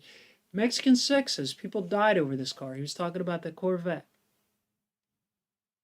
What was... I don't remember. Oh, it was the pace car. Thanks for being here, Vintage Adventure. He's off on a call. Oh, okay, See y'all later. He's a first responder. Got to go first respond. Yep. Duty calls. Let's see. Buddy says those wheels would work good on your Z7. Go back to that Mustang.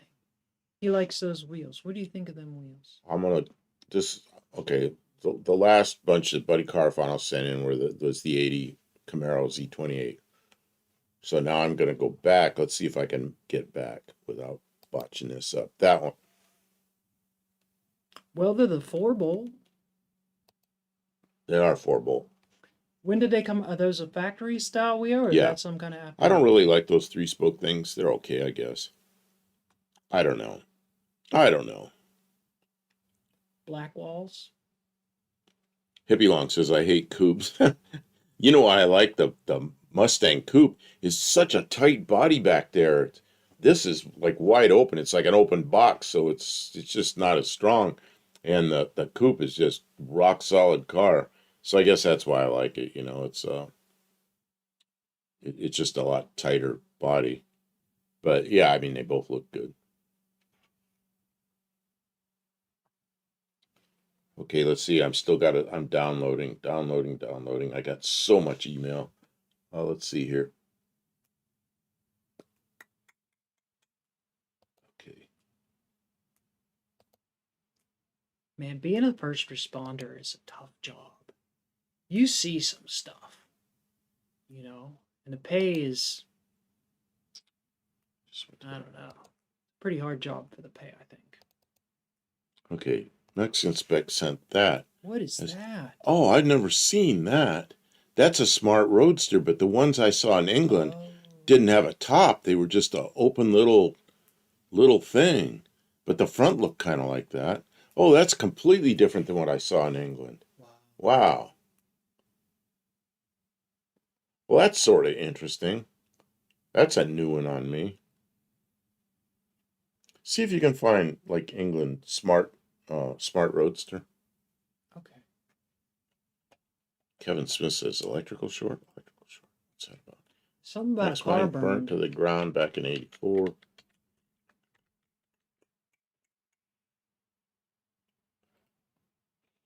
I don't know, the chat's going pretty fast. Tavo, Torino, and Maverick came first. Aussie Falcon followed their design. Okay. Oh, yeah, you already read that. Yeah, see that one no, right? No, I didn't read it first. Okay, see the one right there that says Car and Driver Smart Roadster? Yeah. Those things are all over the place in England when I was there. Not all over. I mean, I saw them like every day. I'd see at least one or two of them. I guess it just has it's an extra yeah, it's thing. a different. It's not the hardtop. I don't remember the one like Mexican Spec sent. Yeah, I guess it is very similar, but it's maybe that top comes off. Maybe those are removable. Oh, it looks like they're removable. Yeah, they look so maybe like that's what maybe it is the same thing. But I remember seeing those things in England. They are tiny and they're just cute and they just look like fun, you know. I guess on a closed course, maybe. Yeah, or just back roads of Tennessee, as long as no other big trucks are coming the other way.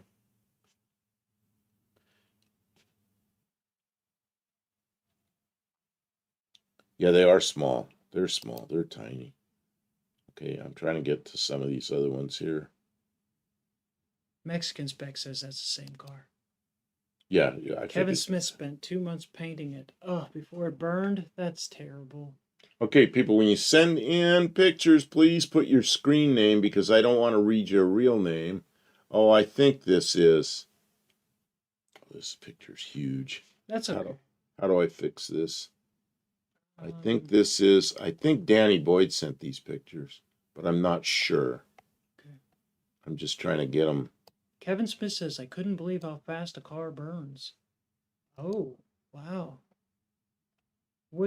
Electrical fires really go up quick. This must be Danny Boyd's pictures, because that's...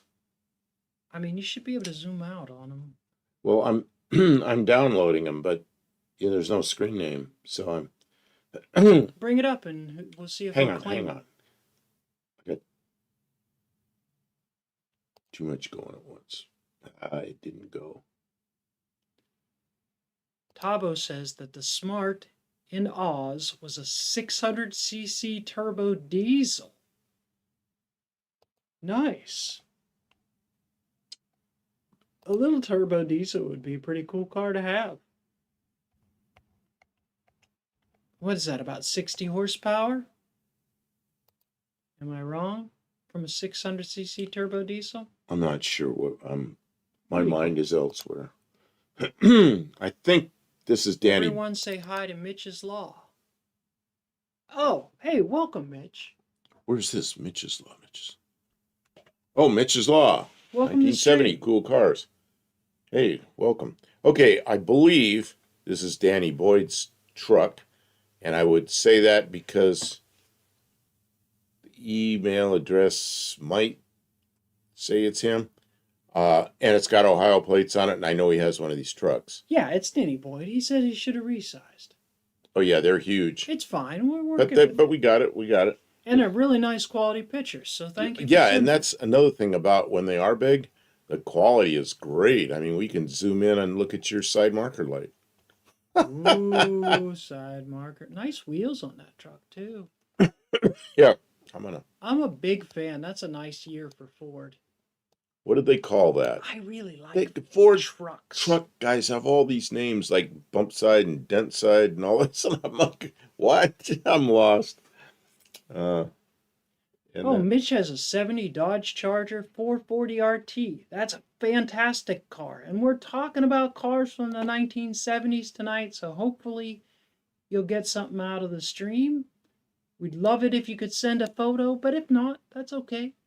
Well, that sure looks better in your thumbnail or your little avatar thing, because I can barely see what it is there. I never even noticed it in your avatar picture, Danny Boyd, because they're tiny little circles. I noticed it because I knew he had one, but you don't see any detail. Well, now we see the detail. That's a nice truck, especially in Ohio, because you know what Ohio. When I think of Ohio vehicles, because I lived in Ohio, anything that age is just a pile of rust. So you've done well with that. And he painted it last summer.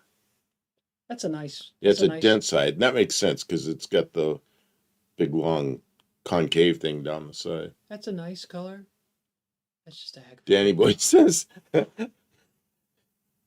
ignore the bird shit on the hood. I got to go back and look at it now. Oh, his car looked so bad today. He wouldn't let me take any more video until yeah, he wiped it off. There's some stuff there. Darn birds, trees. Oh man, too, mine the trees pooped all over the car, and the birds pooped on it, and there were ants on it and spiders. I went to grab the door handle or go through a spider web. It's like that car's only been sitting there like 2 or 3 days, but it was under a tree.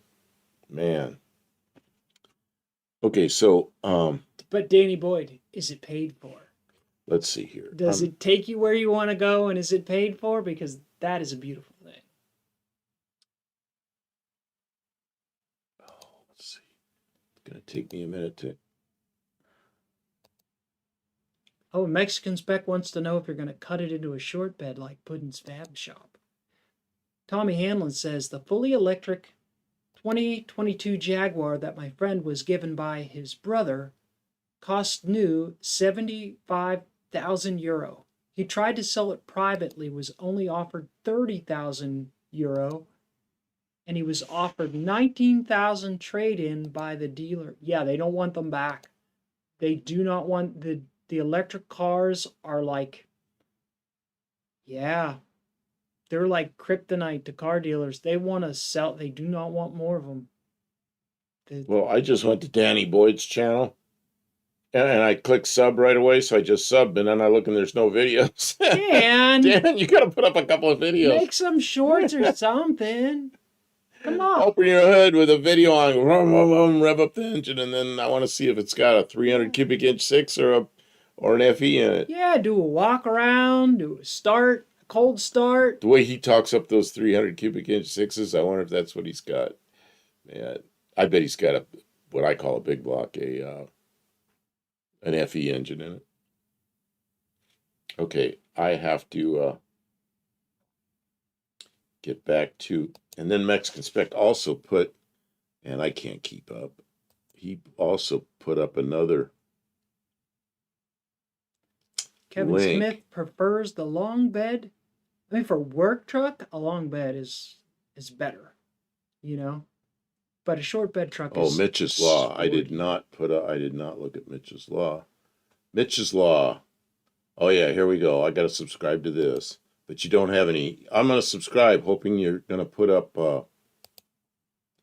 Hoping you're gonna put up some videos because you don't have any videos there. It says 48 videos. What's why are all the videos? Where are all the videos? Oh, they're there. Why didn't they show up? Now they're there. Okay, he doesn't have any videos on his home page. Okay, yep, there's no videos on the homepage, but if you click videos, there sure are videos there. Okay, so I just subbed to Mitch's Law, and I will be looking at these.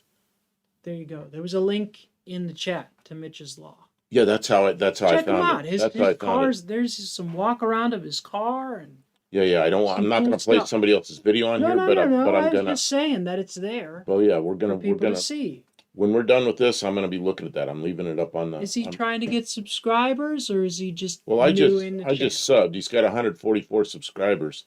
Are you, Mitch's Law? Are you looking to go to the No Name Nationals? I don't know if you're in that race. You need to have 500 to race there, but you don't need any to attend. But I don't know if we're going there. Okay. Now you'll hear about it. We talk about it all the time. Talk about it all the time. Okay, so now he emailed us some pictures. That'd be great. I gotta get. Hope to see. I gotta get to my email. I've got a lot going here. Kim, you got to take care of that because I'm not even paying attention now. I'm looking at all the input, lots of input, which is good. I want it. Hippie Long doesn't like short beds. He says they make no sense. Danny Boyd says it's a 240. Okay, it looks like a 300 then. Oh, cool. I like 240s too. A short bed can be nice. A 6.5 foot bed is not a terrible thing. If you need to fit a full sheet of plywood in, you just put the tailgate down and you're good. I don't know. It's easier to park. You fit it in your garage. It's just more sporty. I don't know. I think a 4-wheel drive truck with a short bed is kind of really a lot of fun. But for a work truck, a long bed makes more sense. Hippie Long. Not useless, though. Hippie one, you sent me an email with a picture in it. There's no pictures. The 4-door crew There's nothing cab trucks with attached. the 4-foot bed are blasphemous, though, Kevin. I agree. But then again, if you see a crew cab truck with an 8-foot bed, it is long. That's long. So I don't know. Okay, I'm downloading these ones from Mitch Law. I am looking to rebuild and advice and support. Well, this is a good place to meet people. There's a lot of people like Mopars. Who said that? Mitch's Law. Oh, okay.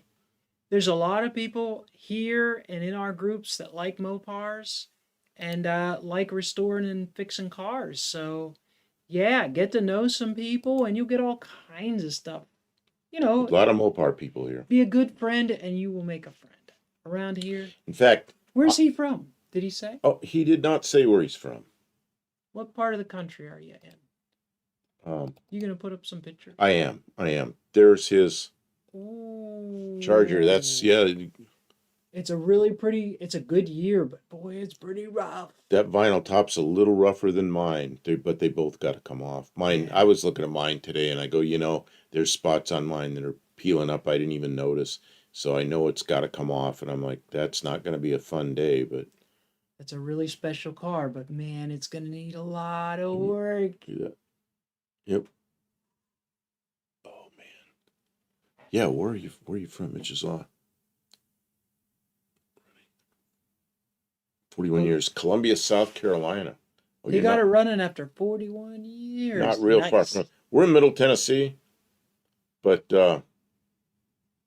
Mitch's Law says, "Wink, I am a girl." So we're not he. Oh, I saw some pictures. I'm sorry. No, I saw some pictures. There was a man in one of the pictures, so I didn't. Yeah, that's what I saw. I saw a guy too. I thought that was you. I saw a guy too. In one of the thumbnails, yeah. So, yeah, like that balance panel, valence, whatever it's called. That's not ruined. Buff right now. That's not ruined, but it's going to take some, put it up on a bench and work on it. What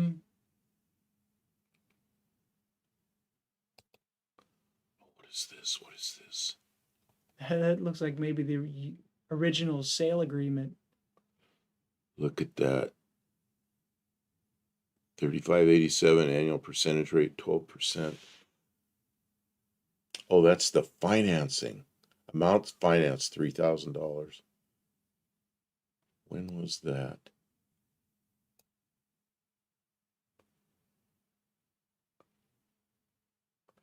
Wow, you were at Grand Forks Air Force Base. Because it was Grand Forks Credit Union. See, I used to, I was in the Air Force, so I know about Air Force credit unions, and I've bought a car with the credit union. Oh, Tavo's comment disappeared?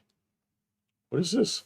I don't know. Tavo says, I'm still more a fan of vans. Mine swallows up 10-foot sheets of drywall. Slide them in and shut the doors.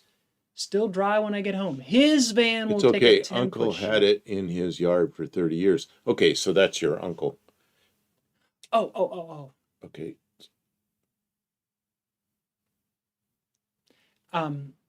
My van, I can get 9 foot. So I can get a full 4x8 sheet, but I can't get a 10-foot sheet of drywall. I don't want to move around 10-foot sheets. My van is the big old Extendo Ford van. It's like hers, but it's longer.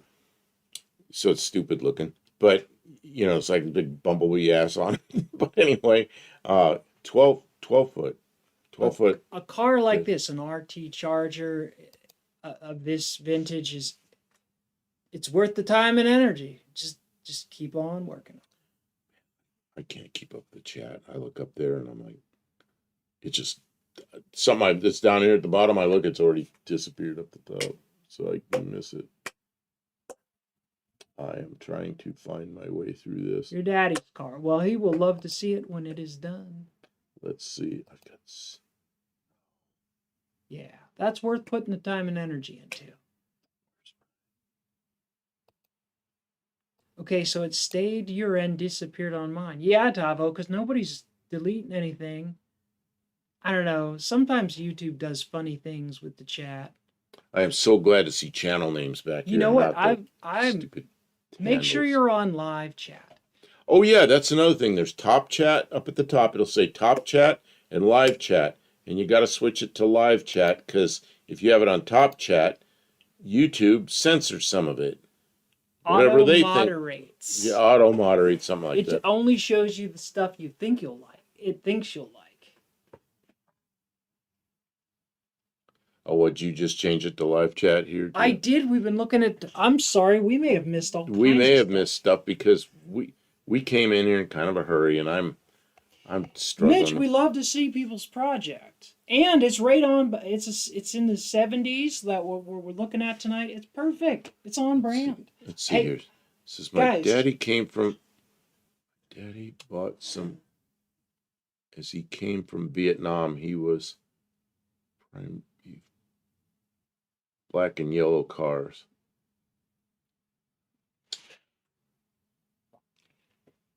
Okay, I got to get back to my. I'm going to refresh my beverage.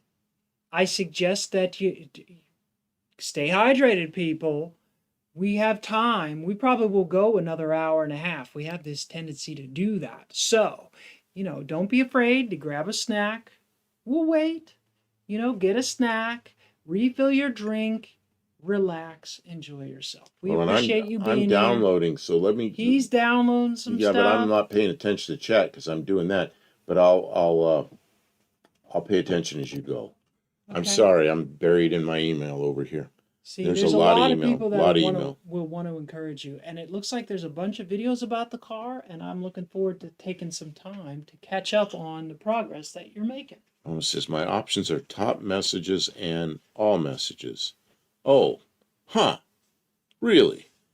Yeah, ours says top chat and live chat, but I don't know. Are you on a phone maybe? I don't know. Tavo says that looks as nice as my project did when I got it. Then more and more work showed up as we go. Yeah, I've been watching yours. You tried to fix that hole in the roof. There's somebody put a homemade sunroof in there, and you struggled with it a little bit. Then you gave up and just put a roof on it. It really came out good. That was a good call, although it was probably a lot of work. You probably learned a lot. That's what happens to me. I look at something, I always tell Kim, I always look at things and go, oh, that's going to be easy. That shouldn't take more than an hour or two. And then, a week later, I'm still struggling with it because that's what happens. You're just starting to see how much work it really is. She tried to get me to start on a job today, and I said, no, I need to go rest before the live because it looks like a 15-minute job, but I know it's going to be a couple hours. Danny Boyd, my mom's 68 Mustang convertible is about that color. Metal arc yellow with black top and interior.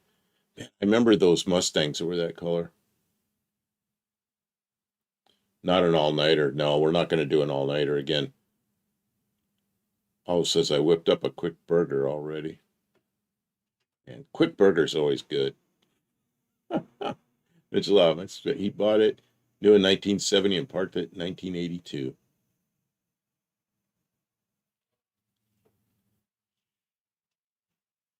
Next inspect Danny Boyd, our family 68 Galaxy 500 was metal arc yellow. I'm very partial to yellow cars. You want top messages? Top messages. No, what's the other one? All messages. You want all messages or you want live chat? Not the top one. The top ones are moderated by some AI thing or something. Metal arc yellow mafia. Have I had any cars that color? I bet I have. I'm trying to think. Man, maybe I have, maybe I haven't. I can't think any right now. Okay, so 12 years on the road. That receipt buff had a 71 date on it. Man, yeah, from an Air Force credit union in North Dakota. And it's there's only 4 states in the U.S. that I haven't been in. North Dakota's one of them. I'm going to have to make it up there one day just to do it. And I spent all that time in South Dakota when I was a kid. Never got into North Dakota.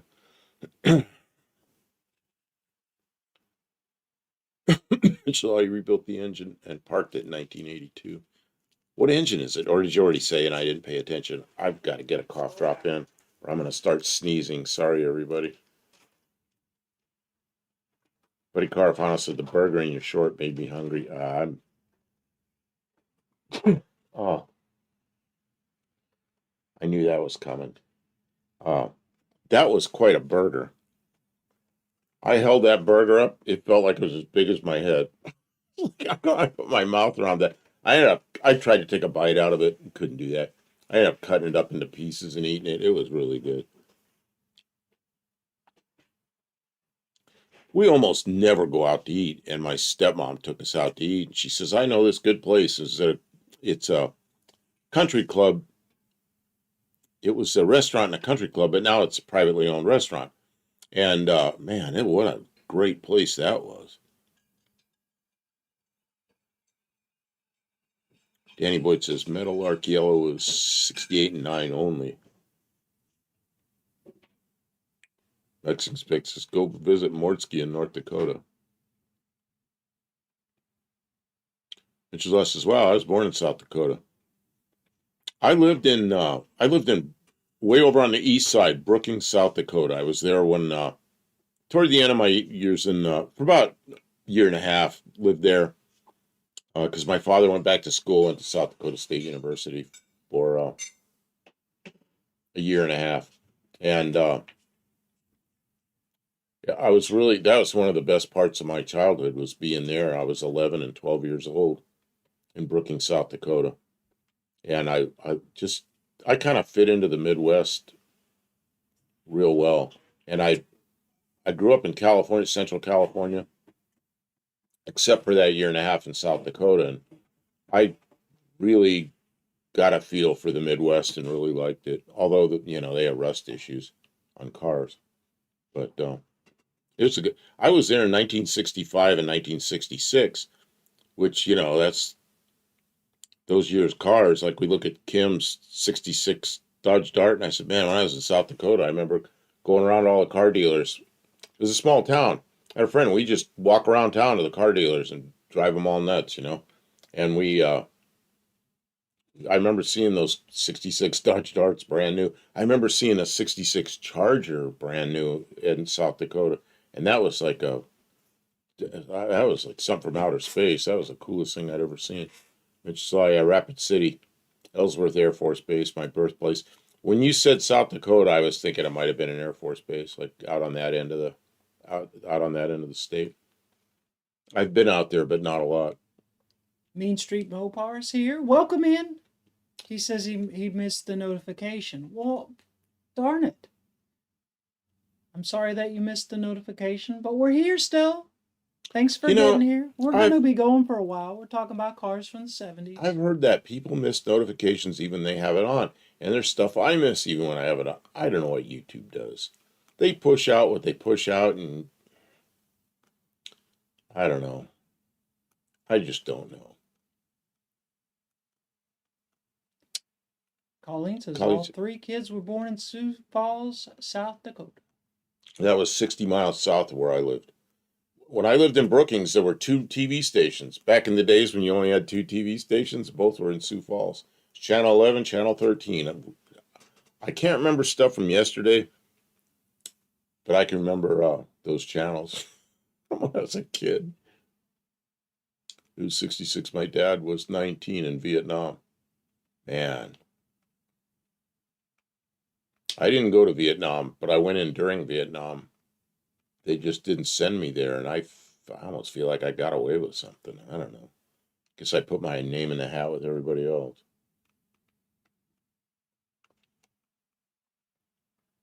Tim says, just finished under the old truck. Didn't have any pictures to send. Welcome in, Tim. I'm glad to hear you're making progress. You got a day off from the rain.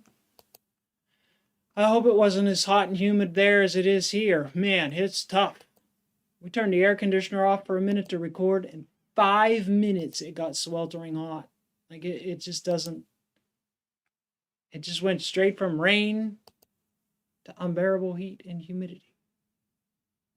I'm glad you're making progress. Okay, let's see. What have I got here? I've got pictures that I have not shown yet. We got a lot of pictures to show. Man, oh, I got pictures. Let me get back. I'm trying to get them straight. Tim, this is a new person's project. That is Mitch's Law. So they're new. Check out their channel. I see they have some videos up about this car. If you're curious, Tim. Okay, this is Hippie Long's mother's house. The reason we're showing it because a tornado hit. Oh. We thought we had trees down. We had trees down in the street, but not that bad. What a mess. Because if it's a mess like that there, it's a mess all over the place. Who knows how long it takes for the power company to get all that cleared out. There's the house. Whose house is this? Hippie Long's mother. I don't know where it is. I don't know where it is, but I hope things are going better now. That's a mess. Oh. Ours looked like about a tenth that bad. Big old tree across the street and everything, but didn't take any wires down. Came close, but didn't take any wires down. Yeah, it was just by luck. That tree is this big around. A smart car will never make it through that. Nothing will make it through that. That'll take out a truck.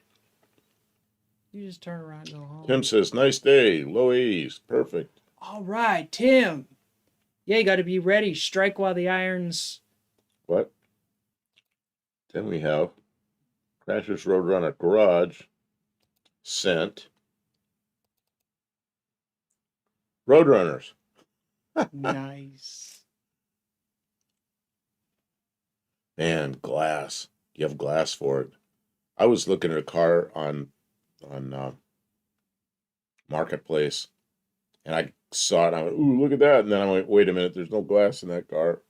And didn't look like they had any to sell with it. Mexican Spec wants you to show his picture too. Okay, he told me to wait, and I don't remember who I was supposed to wait for. I guess it's Tava time. says sweltering here, almost midday, up to 8C. Yes, that's about 50 degrees or something here. 48 maybe. Crashes Roadrunner Garage. Nice trailer. Yeah, with a winch and everything on it. You gotta have the winch. Man, trying to get a car with no motor up on the trailer. Dallas and I went to get that parts car, and we left your winch here, or it's my winch, I guess, left it here. And we had to put that thing up there, how would you call it, manually? It was uphill, of course. With a come along. Raw Dog, go have fun with your friends. You can watch the replay.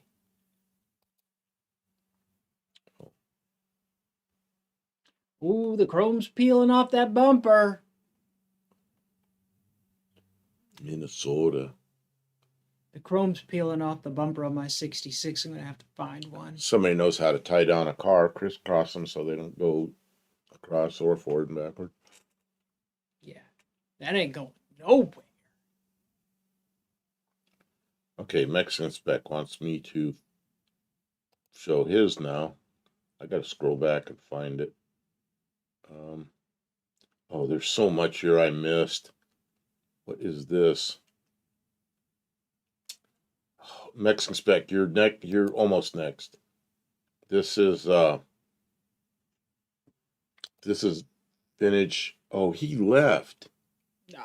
Oh. He's driving an ambulance somewhere. We'll skip it for now. I'll skip it. I'll go straight to Mexican Specs. Hippie Long says that body style really grew on him as I go into my antique age.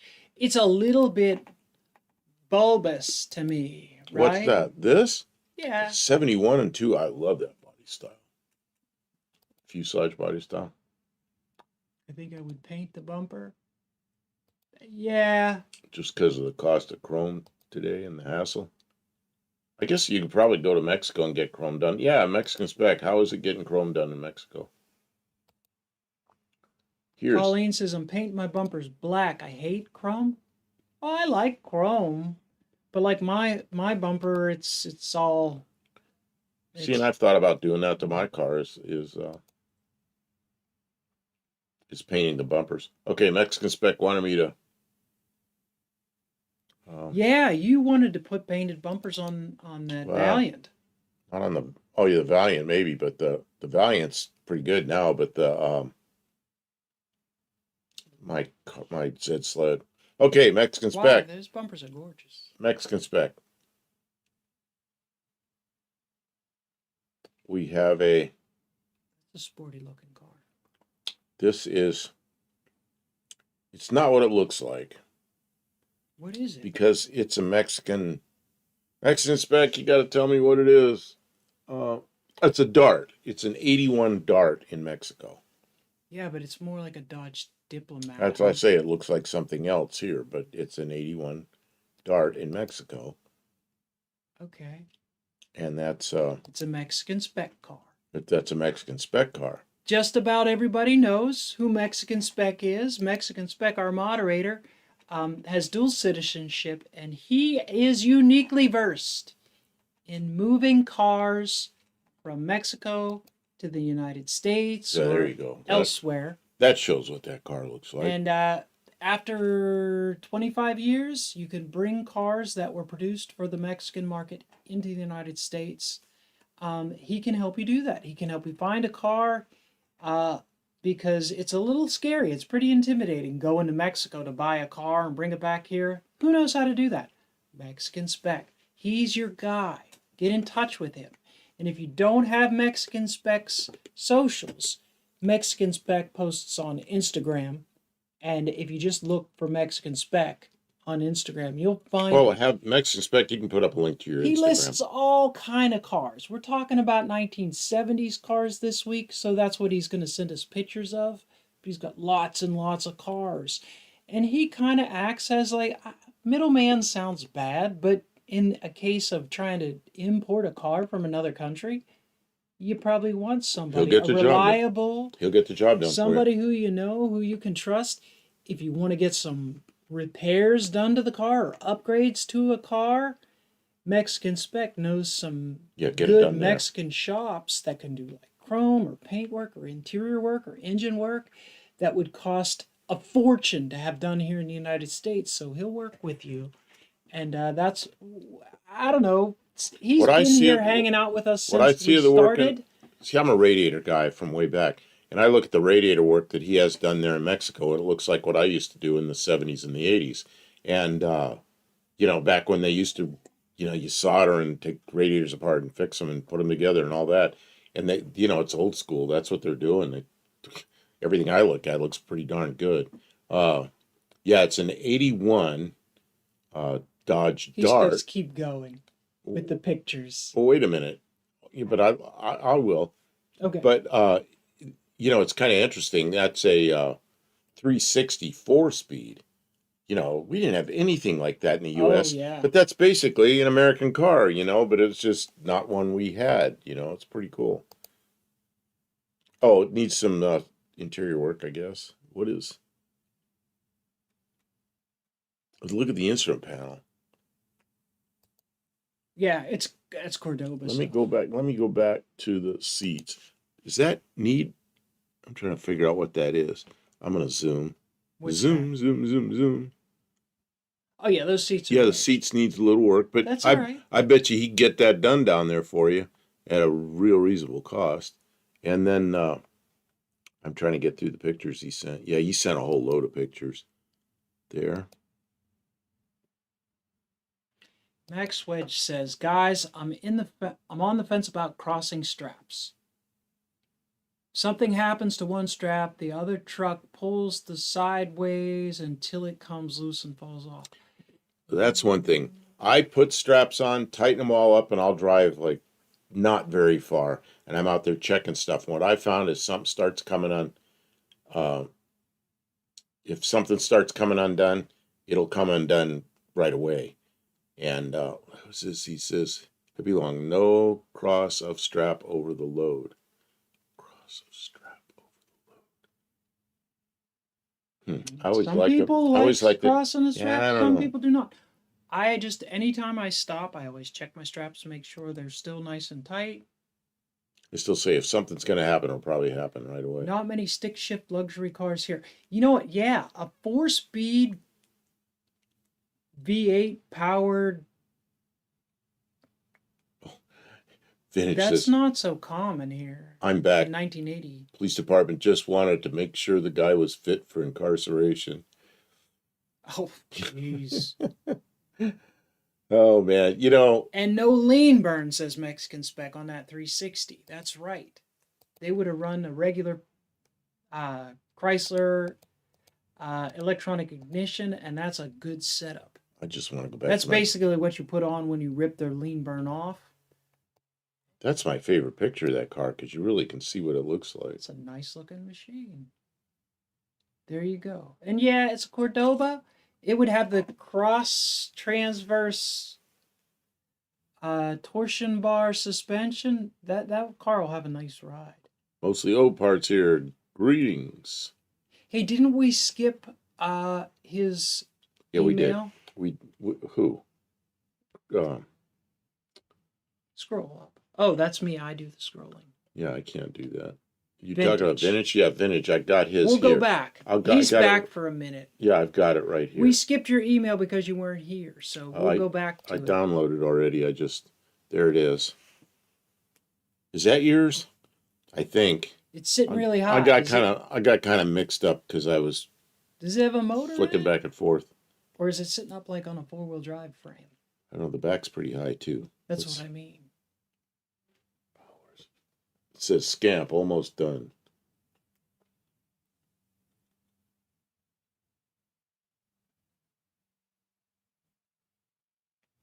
The body sure feels nice. I like the ride of the basic front end design. It has air shocks. Okay, it's up there. And then somewhere here, but it's already scrolled by. Tavo said something about the way he ties down, and I was interested in what that was, but I missed it. We'll read Tavo. Tavo, I use one strap at the rear over axle tube under diff center, back over the other axle tube to the corners of the trailer. That would work. Okay, you can scroll back so we don't miss any more.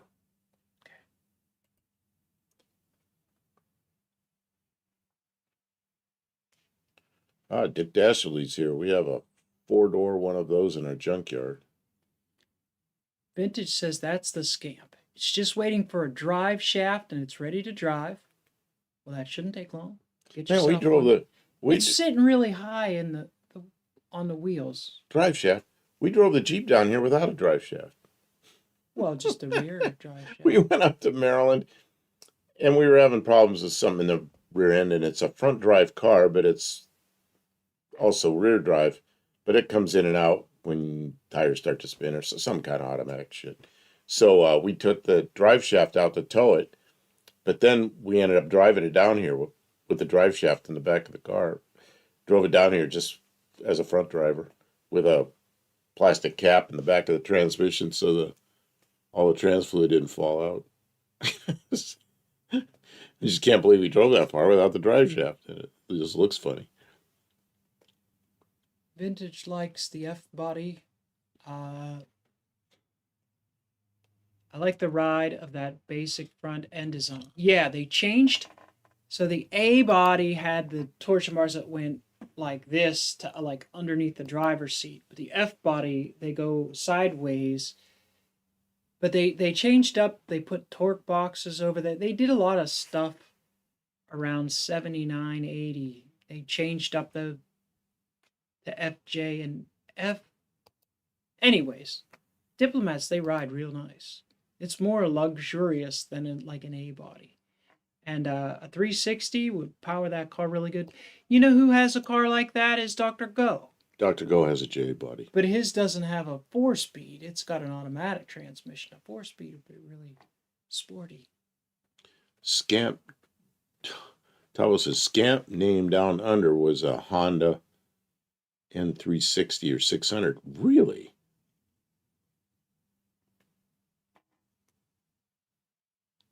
Mexican Spec says, let's let us not talk about the wheelbase on the Scamp compared to the Dart again. I don't remember what the... I don't know what that was about. I remember there's a difference, but I don't remember what it was. Okay, Buddy Carfano. Oh, it's sitting on jack stands. Okay. And you're going to get super stock springs? The Buddy Carfano sent this as 73 Cadillac official pace car. And I'm going to move right on to the next one that he sent in, which is, I got to pull it up. Come on, hurry. Oh, here we go. One of my favorite Chrysler products ever. Oh, that's kind of bright colored. Wait a minute. 70 Super B. What? Most of the old parts says the F body still had longitudinal torsions. The J and M bodies had transverse torsions. Is that true? What's the F body? What's an F body? I don't know. Look up an F body. I want to see what an F body is. Is that true? I thought they changed them all to that new K frame. Let's see what an F body is, because I'll know right away.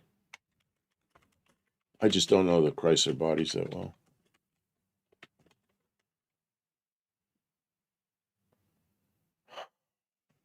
No. Valari and Aspen. Yeah, that had horizontal.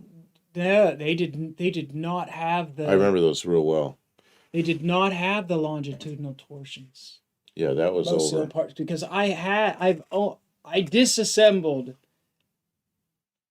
a Valari, and I raced an Aspen. Oh, yes. I know what they look like underneath the front end of the car. They absolutely had the same transverse torsions. What's wrong? Can you zoom in a little bit? I can do the big screen where it's like takes up the whole screen. How's that? Yeah, I mean Street Mopar's right. You know what else I can do? What? I can travel through time. You just took my picture away for this stupid... Our internet cut out. For this stupid... I traveled too far back. Dyno room. Okay, come on. Bring me my car back. You don't want to have any fun? I like the front of those cars. I like those big oval grills up front, bumpers, whatever they are. I think that just looks so good. I like the color, but I wouldn't want to drive that color around myself, but I do like the looks of it. And Mom says, I hate that grill bumper. See, I like that. I remember when those came out, and see the stock ones like the Coronet, that little piece between the two bumpers was chrome, but on these like the Super Bs and stuff, that was painted in there, so it looked like two separate things, and it was just, I think that was so slick looking. I always wanted one of those and never got one.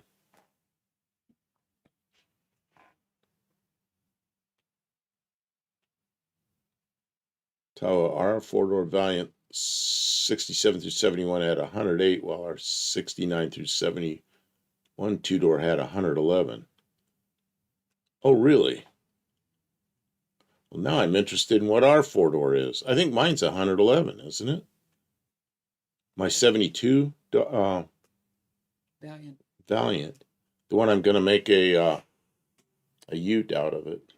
Max Wedge says he just got done putting his car back in the garage after its trailer ride in the rain on Saturday. So, who's leaving? Somebody here? I don't know. Somebody's leaving. I didn't see who it was. Kevin Smith. He has 2-inch thick pork chops awaiting me. Oh, okay. Yeah. Okay, enjoy your meal. Take care of those first. Glad you were here, Kevin. Sorry we missed some of your comments. But there's been a lot of comments tonight, which thank you everyone for all your participation. But I know I'm missing some of the stuff that's happening. I hope you guys are keeping up. And Buddy Carfano got another one here. I don't see what it is yet. Oh yeah, these I like, of course. I've had so many of these. But I never had one with the stripes like that. In fact, every one of those I had, I converted myself from a station wagon because I had a bunch of those panels. 78 Pinto. Look at the wheels on that. It's like a spaceship. It's got the portal. Yeah. I had those. And there were some of those that didn't have the round window in the back. Didn't have the porthole. And I never had one of those. And I always wanted a set of those panels. Finish says the Valiant was a 108-inch wheelbase from 60 through 72. 73 through 76 Valiant was on Dart's 111 inch. Okay, so my four-door then, my four-door 72 is a 108. I mean, it could be. It's not going to be a four-door for long. We're going to make a ute out of it. But our 69 through 71 two-door Valiant was a 68 Dart from the firewall back, imported panels from Canada. See, you had all that weird stuff.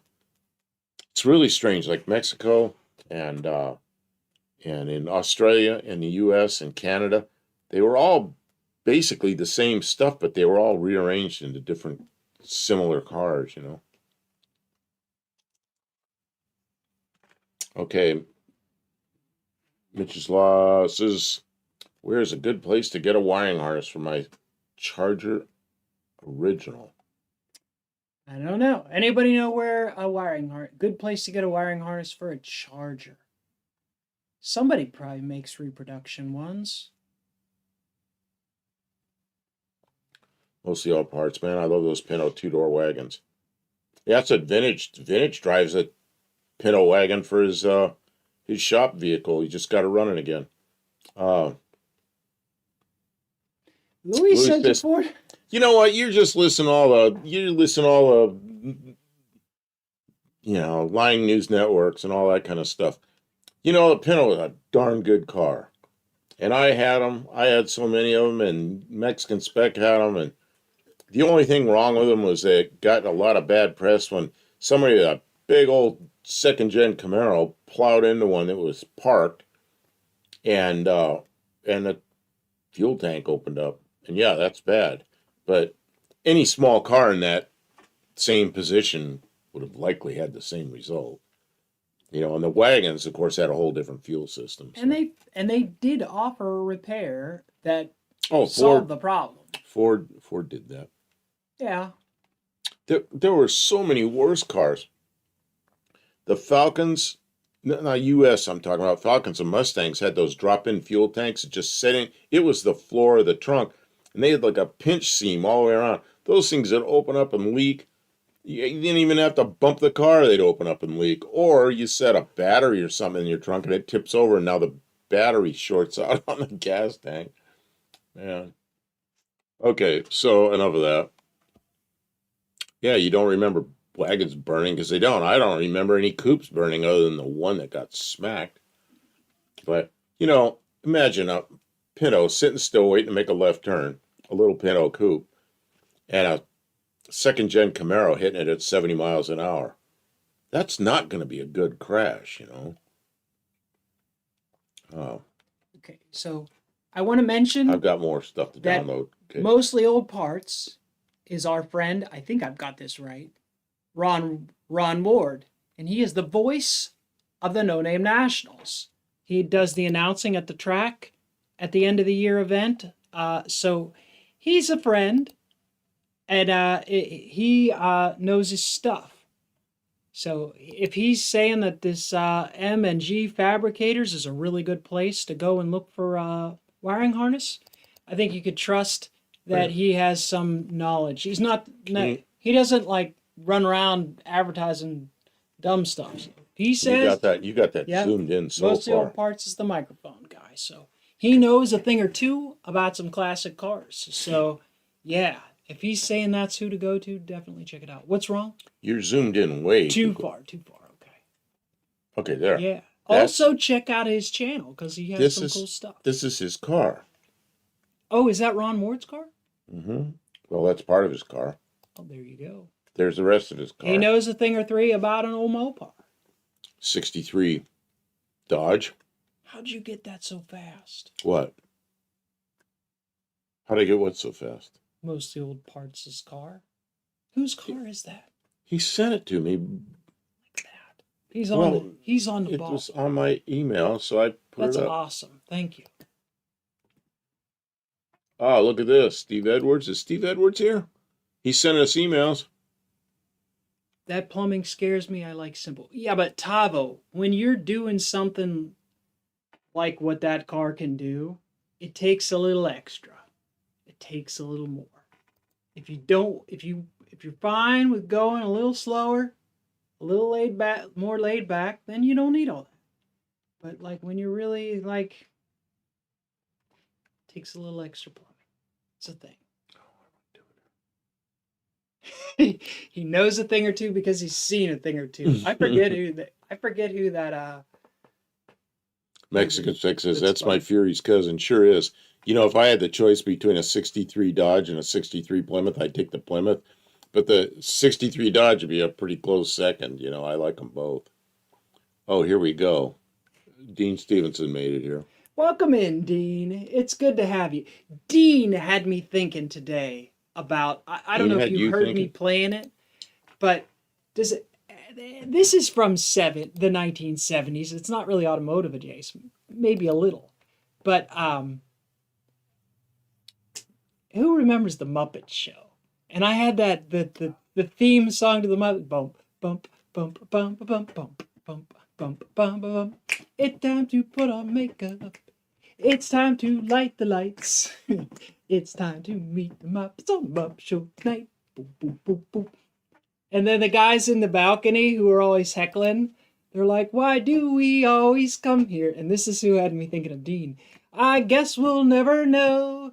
It's like some kind of torture to have to watch the show. Boom, boom, boom, boom, boom, boom, boom. And that's we're like a ragtag band of Muppets here. I'm struggling with this laptop. Oh, what did it do? I'm looking.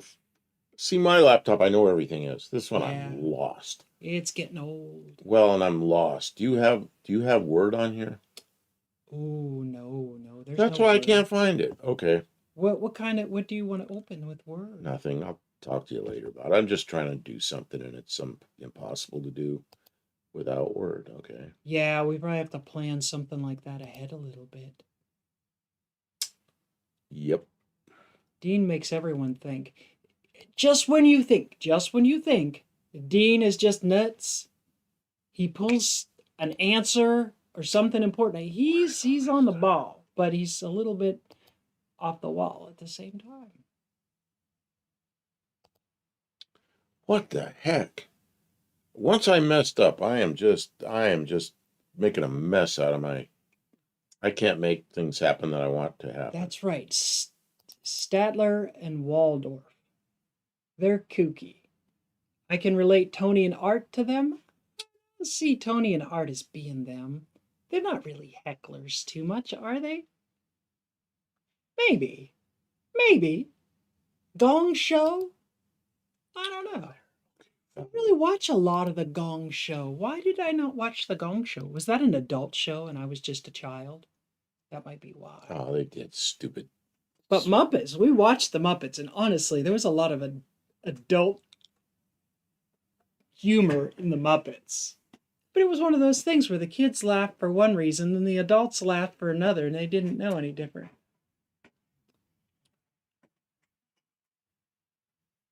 I am looking for... Is Steve Edwards in here? He's sending me emails, but is he in the chat? Greasebelly Garage is here. Welcome to the stream. Who? Steve Edwards, boat anchor. Oh. Well, I don't know. The Gong Show was great. Do you know what the Gong Show was?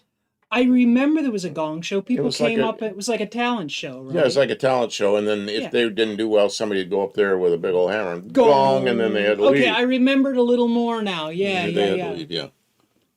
Yeah. All the fun things. There was a lot of fun things in the 70s.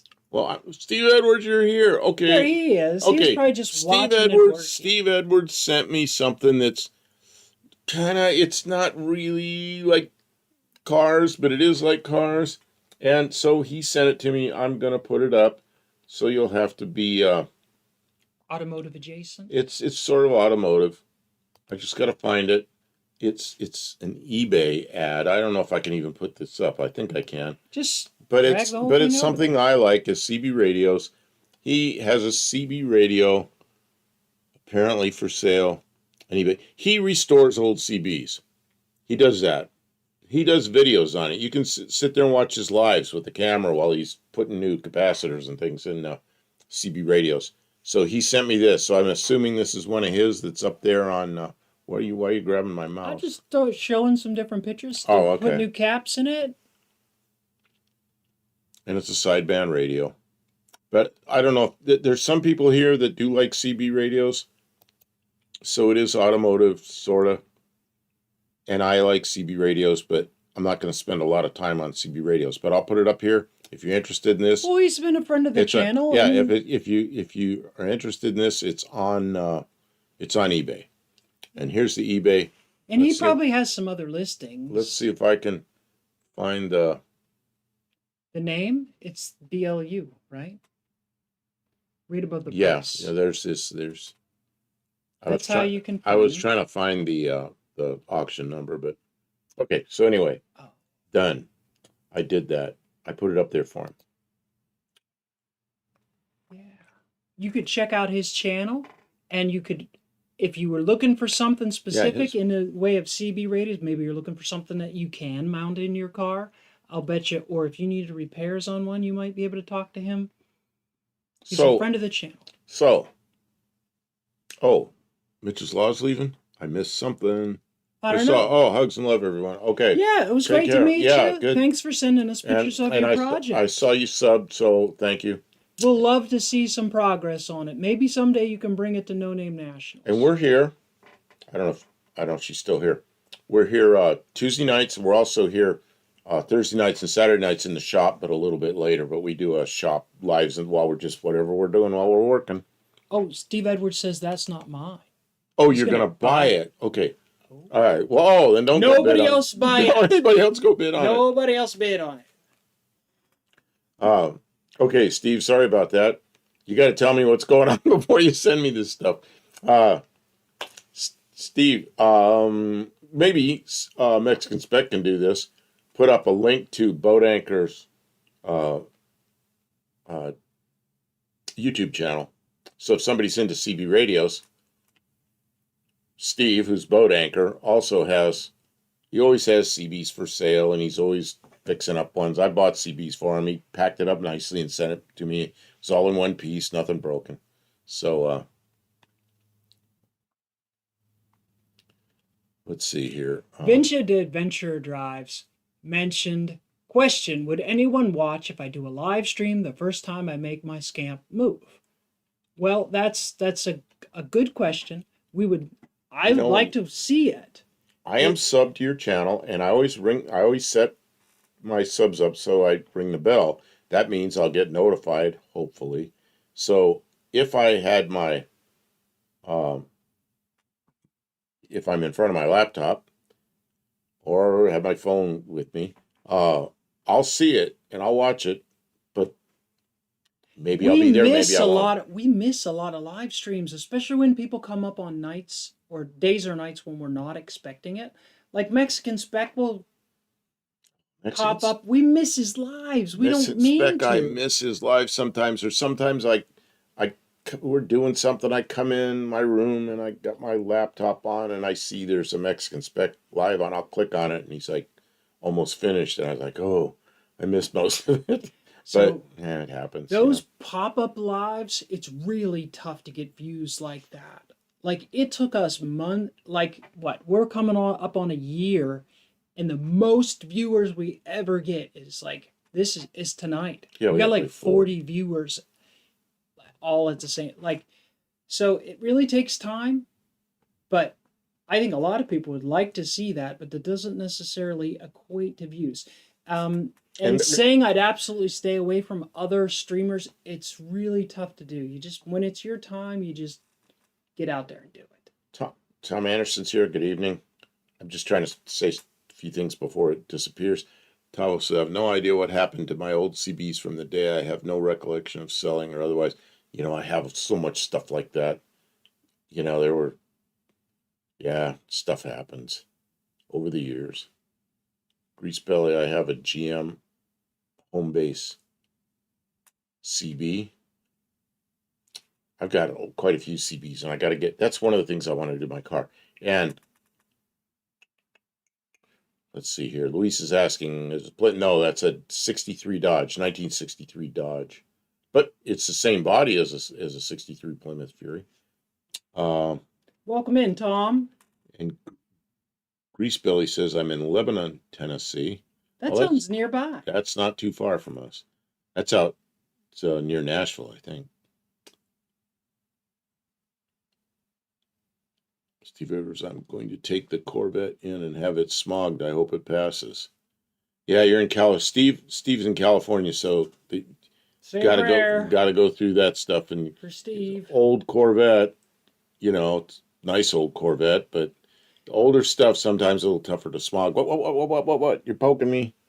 If you have problems, Steve Edwards, you want to talk to Dallas Brown of the AHRA on a Wednesday night Tech Talk. He used to be in the military, and he'd be out there and he'd help people get through smog with older vehicles. And he may be able to give you some tips. I think they're missing tomorrow night. I'm not sure. Shoot. But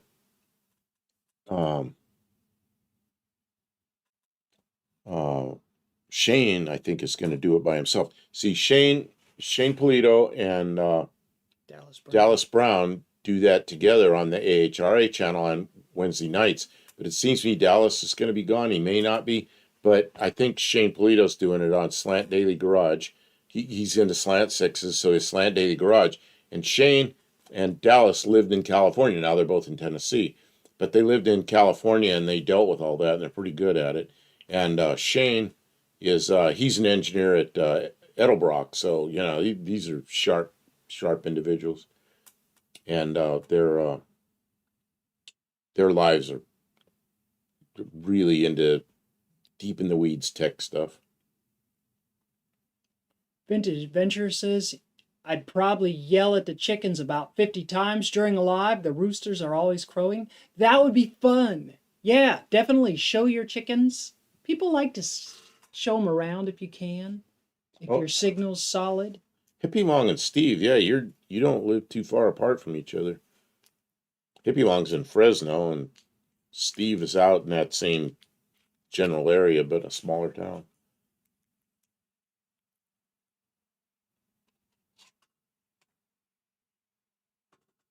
Okay, Vintage says, Shane isn't doing a live tomorrow. He'll be back next week. Dallas will be back the week after. Okay, so there's no live from those guys. Man. That's too bad. But Wednesday nights, generally, they're on, and they're pretty good. Oh, there's more from Ron Ward. Trying to pull this one up.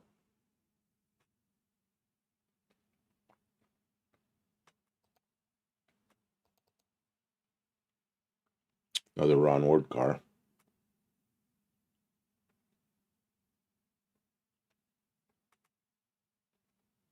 Nice. That one's a little milder build, it looks like. Special Agent James says, done with my chemistry classes for tonight. Time to crack a beer and enjoy the show. Good job, James. Yeah, look at that.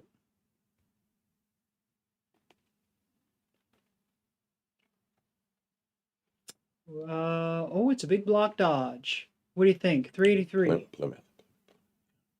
But the motor is a Chrysler 383. Yeah, it's Chrysler. Yeah. Or is it maybe a 440? I can just tell because the distributors in the front that it's a big block. It just looks, the manifold looks really wide. But I can't read what it says up on the air cleaner housing. Well, he says 69 Plymouth Roadrunner. Is it? Grease Belly, I hate the weather in Florida, Max. Okay, what's going on there?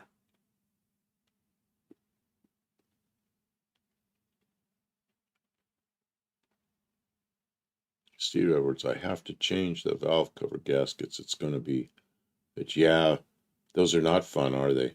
I had a Corvette just like yours. Had it for 10 years. And a valve cover gaskets leak, and it's a pain. Oh, Ron says it's a 440. And nice. And Colleen's taken off. Have a good night. Thanks for being here. Good night, Colleen. Thank you so much. Thanks for introducing your new friend to the channel. I hope that at least she got some help with some suggestions on how to get wiring. And yeah, I hope she comes back. And I'm looking forward to looking at her channel some more, because it's a cool project, super cool project.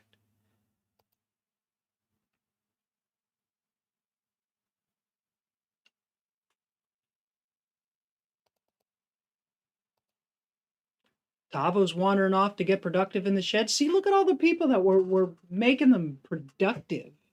We've so inspired them that they're leaving the stream so they can go get something done.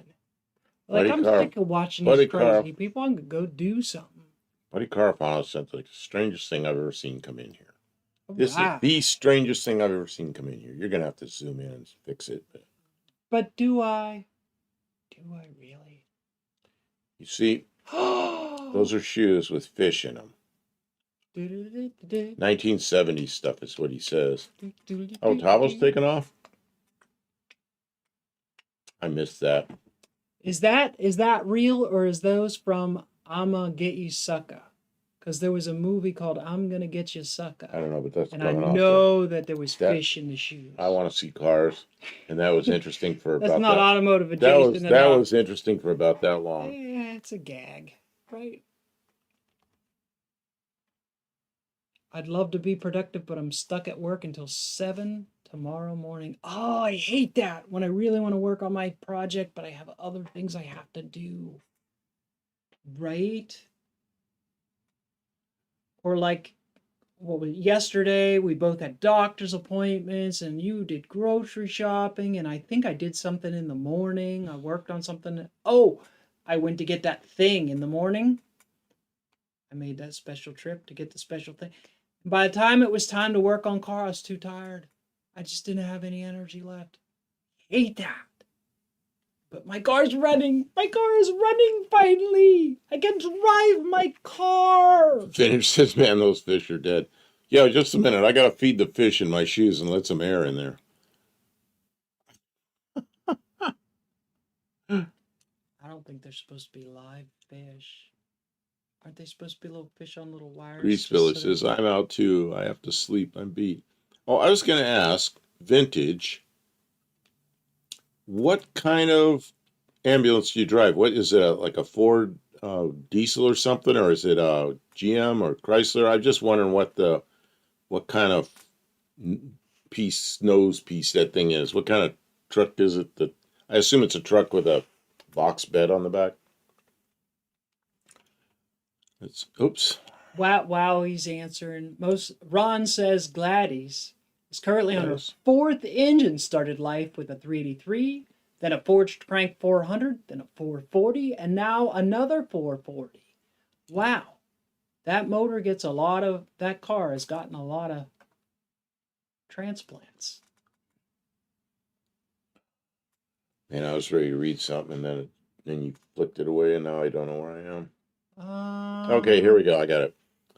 Max Wedge. Dick Dashley says, I worked on a Chevy Equinox for about a week. Never again. I don't want to work on cars like that. That guy that ran me off the road, I mean, he really ran me off the road. Yeah. That's what he was in, was a Chevy Equinox. And he hit me hard enough, one of his wheels and a drive shaft fell, not a drive shaft, but a half shaft fell out.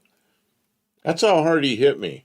He drove off like this and then swerved in and crashed into me in the side like a pit maneuver. Except he hit me so darn hard, one of his wheels flew off and he totaled his car. That's how hard he hit me. But anyway, the last one I looked at had parts laying all over the interstate.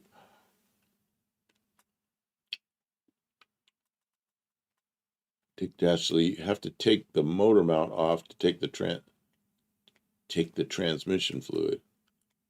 Okay, Vintage says, today it's a Ford E450 with a diesel. There's an International at another station, though. Oh, that's interesting. Yeah, I had a friend that drove those things in Arizona, and that's what they had, was Ford diesels in them. He says it'll go pretty good. Special Agent James, we were running Ford E350s with Medics brand box on the back, powered by Ford 7.3s at the department I work for. Oh, okay. Yeah, Special Agent James also does. First responder. Mm-hmm. Yeah, I don't know if the one he drove was, my friend was a E450 or 350. Thank you, Ron. Thanks for sending pictures of the cars. They're beautiful. Thanks for helping out our new friend with suggestions about wiring. Get some rest.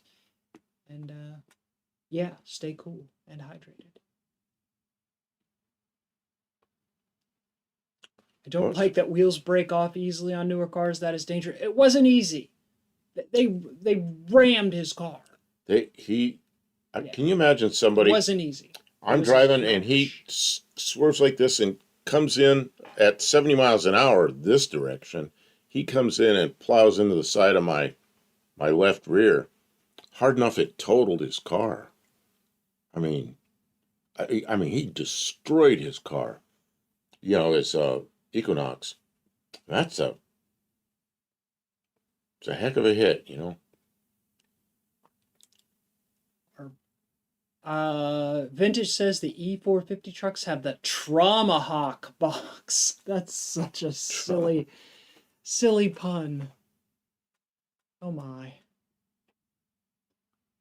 See, and I don't know anything about these boxes. I know I see them, you know, but I wouldn't. I don't know either. One. I wouldn't know one from. I wouldn't know one from another.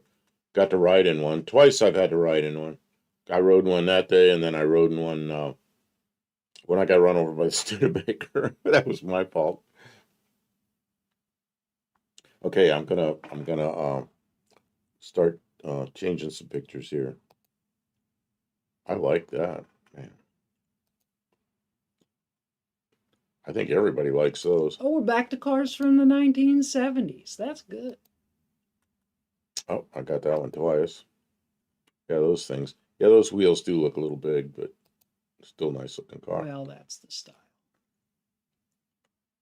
Okay. I can't make that any smaller with the setup. Oh, that's Mexican specs. Oh yeah, a rear end you can get a rear end for what, $300, $400, $500 probably. Yeah.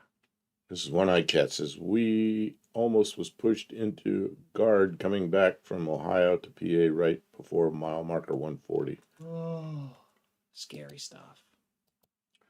Well, this jackass purposely... Oh, can we not go into it too much? Ran into me. I mean, it was not an accident. He was... It was an assault. It was an assault is what it was. Road rage incident. Whose car was this? No, the one I just killed. This one here. This is Danny Boyd's. Danny Boyd's Ford truck. What year is it? A 78? 77? I don't know. It's one they call the dent side. That's a nice truck. Kim, you got it zoomed in. I can't zoom out any further. Well, you've been changing a lot of pictures. I know. Especially in James. Just had to look up the Traumahawk 450. We actually do have one of those, but it was retired from a private company, and we just keep it as a backup. Those things are huge. I drove one when I did CCT. Something training.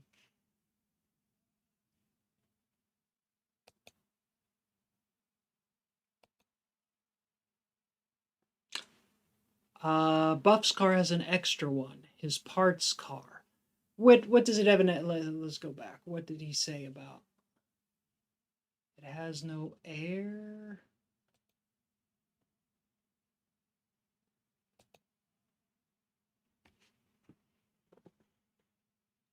I guess we do have an extra rear end, come to think of it. Buddy Carfano says, show a picture of Futura I sent. Okay, let's see here. 77. Right, Special Agent James says it is an awesome name. It's a good pun. I love me a punny name. Buddy Carfano sent a lot of pictures, so I'm trying to get to them all, and sorry, man, I haven't gotten to all of them. This is a pretty good picture. See, that's Futura, which is almost like my Zephyr. But that looks good with the wheels and the... I don't like vinyl roofs. Mine has a vinyl roof. I don't like back that wheel, either. that doesn't look like a street tire size. That's that looks big. like a drag car. It's big. It's a little bit oversized for a street car, those wheels. But other than that, nice looking thing. Nice looking car. Resale red. Yep. A rear end. And he also sent in another one of my favorites.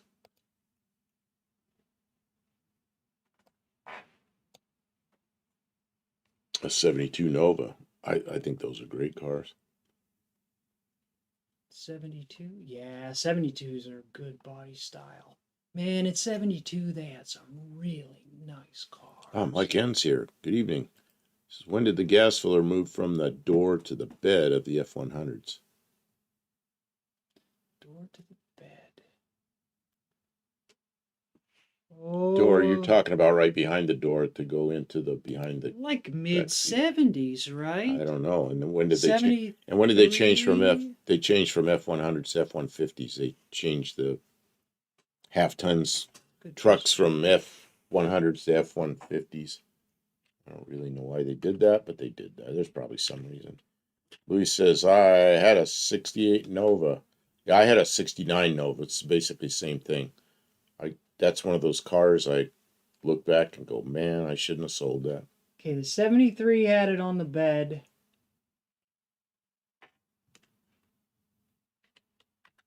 What's the Sabre? Maybe Buff will use it for a V8. My wife will kill me if I buy another car right now. Yeah, I can't be buying more cars right now. I see stuff I want every day. That's a 72. It's on the cab on the 72. Oh, it is an F100. 72 to 73.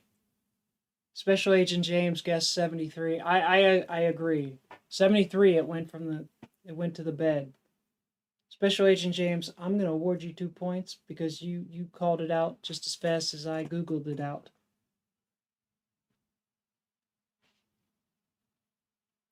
I suspect. Wouldn't you think they changed it with the body style change? Look, Danny Boyd even got the specifics of the High Boys had them on the cab until 77. Yeah, but I didn't know when the body style changed.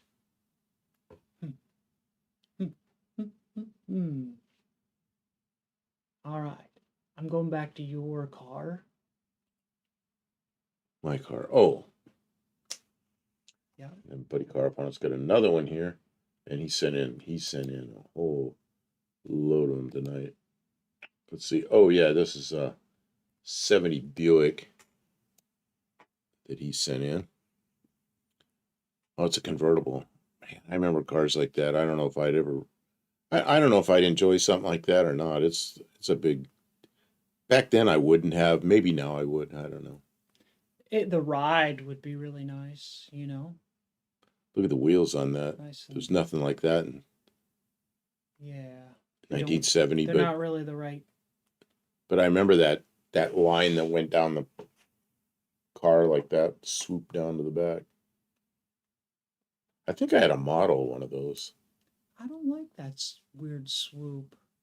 It Neither seems do like I. it should be up higher on the rear quarter, and I don't know. Buick. I guess they were trying to be fancy. That Nova was badass. Okay. And I'd lose those wheels in a hurry. Let's see what that was. Oh, I like those wheels. They're crackers. Oh, he might have meant the wheels on that. Oh, the other car.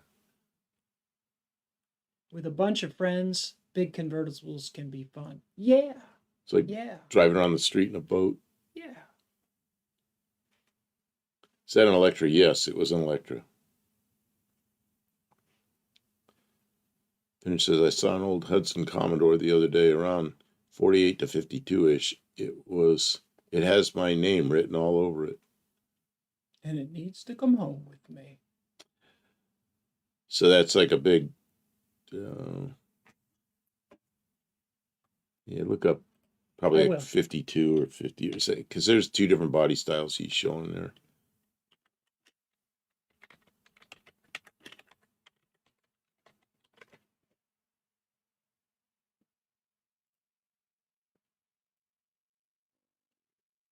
Big old Hudsons. – So Oh, Danny's Boyd says, I meant on the Buick. Okay, yeah, that's what Kim thought you meant. So when I love the Cragar SS. When they coined the Z sled, when I think of a lead sled car, I think of a car like this. It just looks like a big old. That's the shape that I think of when people say lead sled. Well, I don't know why. The lead sleds, look up, I'll tell you what the lead sled came from. Look up 51 Mercury chop top.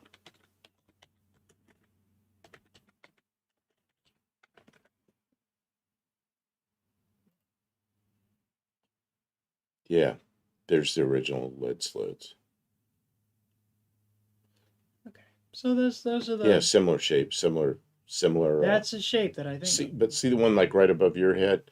That's what they use. Lower the back end way down like that, and they're all, and they didn't use Bondo then. They used lead, and that was the thing.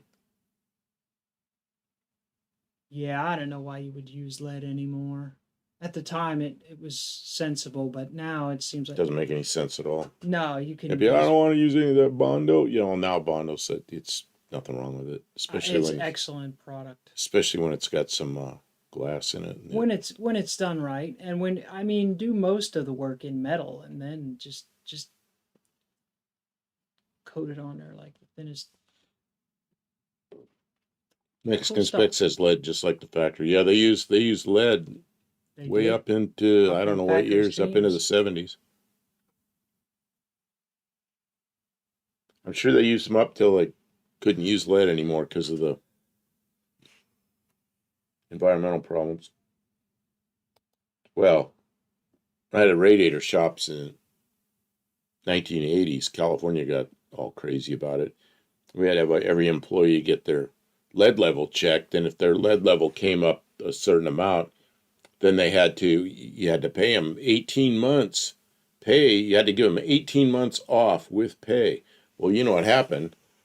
The next employee that quit, I had one employee quit, and that was it. Didn't hire anybody else because if somebody had their lead level go a little bit high, where was I going to get 18 months pay to pay somebody to do nothing? I have to go out and shoot myself. So that was the end of my employees. I don't know, but once good body filler became available, I'm sure it was cheaper to use than lead in the construction of vehicles. So that's probably most of the reason that they stopped using lead. Dean Society Tensile Steel didn't enjoy lead. Well, and I would think that, plastic filler was a whole lot easier to use. And then I think a lot of the cars with vinyl roofs, that's why they did vinyl roofs, why that was so popular, is because it covered up any messes on the C-pillars. Special Agent James, my daily is mostly made of the kitty hair fiberglass Bondo. Lots of work was done over 40 years ago, is still holding up fine. Yeah, we still have a Triumph Spitfire that we're going to make a new body for, but that body was made out of just like window screens with Bondo packed over it that's like an inch thick, some places thicker than an inch. The whole body was just made out of it. There was nothing good about the way it was done. If you use kitty hair properly, I've seen full fenders made out of it. It's silly. After the fires in California, Mexican Spec says, they showed cars burned where you see the lead melted down the back of the car. That's a shame. It's destroyed at that point.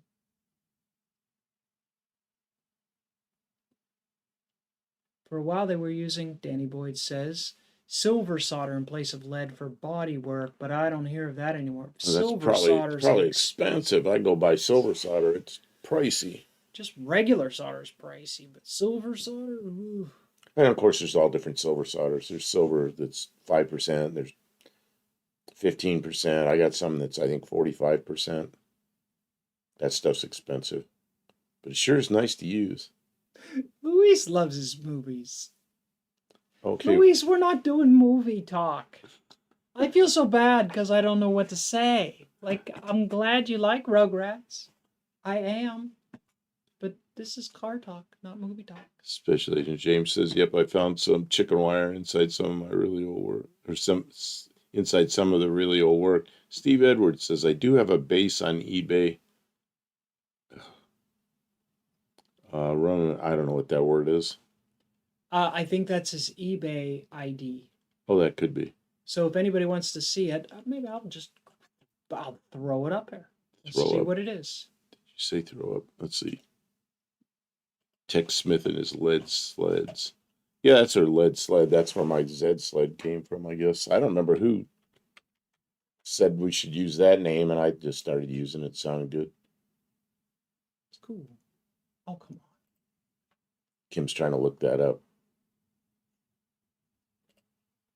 Louise says, we're talking about cars. Yeah, because the movies he watches is about cars.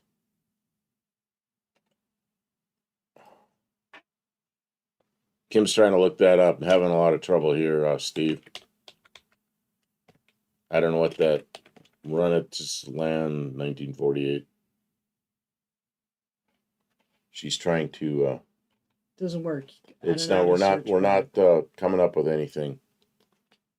There's a way to do it, but I'm just not set up. I'm sorry.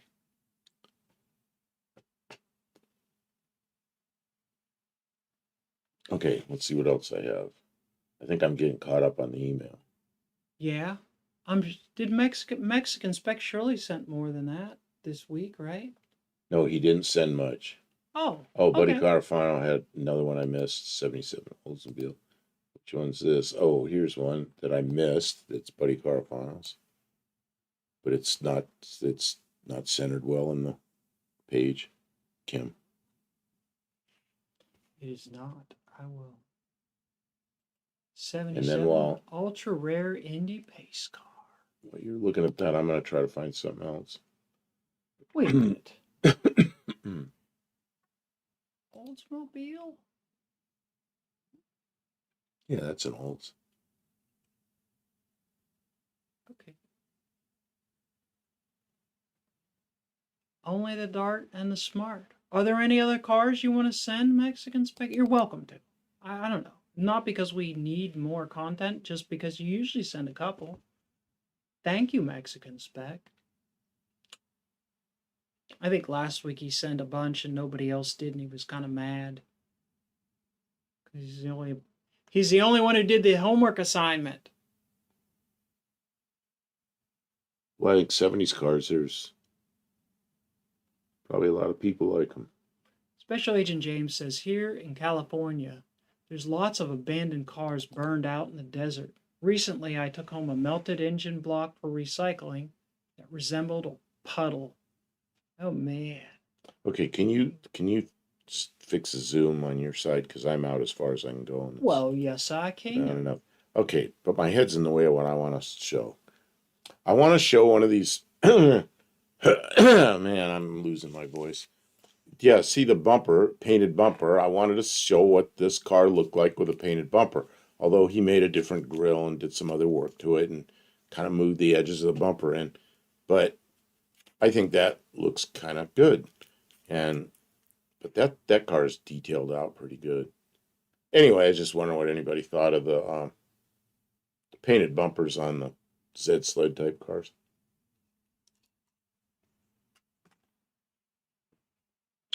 I like our parts car better. Danny Boyd says, yes, the Gila Monster. Yeah, I just like that. I like the looks of that car. There's also another one that had painted bumpers, but I don't see the picture right now. Thought I had it right here, but I don't. Anyway, that was just something interesting to me. Special Agent James says it's a constant thing, not from the buyers. They're stolen cars that the junkyard won't take, estate sales that don't get rid of them. People just dump them. Yeah. You don't see too much of that around here, although there's a lot of people who got cars in their tree rows and in their backyards and stuff around in Tennessee. Every 100th house you see, there's a bunch of cars just lying around. Ours being one of those 100. We got lots of cars here. Dean Stevenson saying, I work closely with Mike Trotsky. He's MIA at the moment. Oh, who is this? Why is he MIA?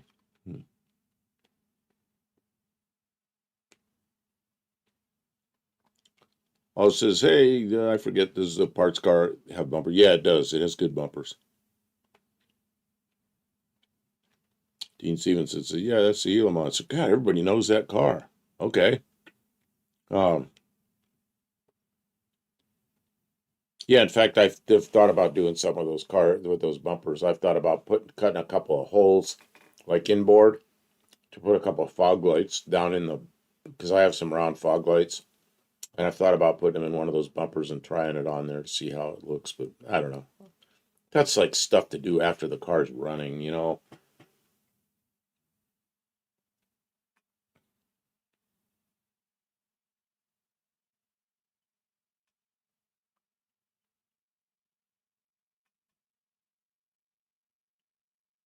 Bristol Saber says, I think the Butterscotch Fairmont had painted bumpers. I'm not sure which one he's talking about. Oh, hey, Lester. I think you were asked, was it you? I think it was. Ask me for the little hook for the hood rod. When the hood rod's down, it hooks into a thing. And I'm thinking, like, that is such a simple thing. How could that break? How could it be bad? Maybe I misunderstood what you needed. Danny Boyd says, square fog lights would look better on the Fairmont Zephyr, except I got some round ones. Not going out buying any. Lava light's probably useful in Tennessee. Well, see, the fog lights that I have, they're round, they're not very big, and they're yellow, and they're kind of a bright yellow color. And what I like is, I mean, when you just have those on, you can hardly see with them. What I like is they're brighter than the normal running lights, and it's just one more way that somebody might see you. And I'd have them down enough that they're not blinding anybody, but, and I mean, that makes your car that much more visible.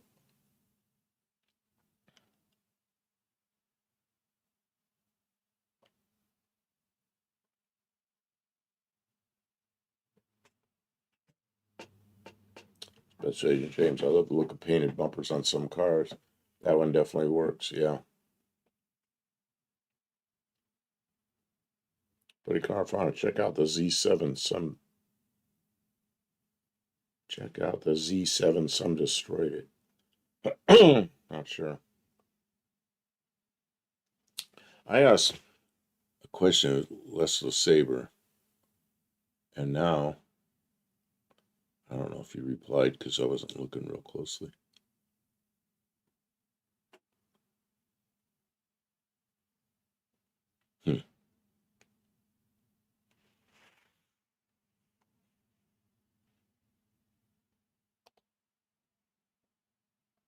I don't know. The chat finally slowed down after 2.5 hours. Slowed down, and I just went. Oh, it's like 3 hours. The chat finally was like, Leslie Saber Buff. Yes, that was me. That was it. Can you send me a photo of the shape? Oh, sure, I can do that. We just installed it on my car because we had the front end apart again. So I just put it on there. But I think my parts car has one. It's just a little hook. Yeah, it's just an easy. You could make it probably pretty easily, and it just bolts onto the same bolt that if you're standing there looking at the engine from the front of the car, on the left side of the radiator where those two clamps hold the radiator in, it's the same bolt that holds that in. It'd be a real simple thing to make. Or I could, I haven't looked at the parts car, I assume it's there. I could pull it off and just send it to you.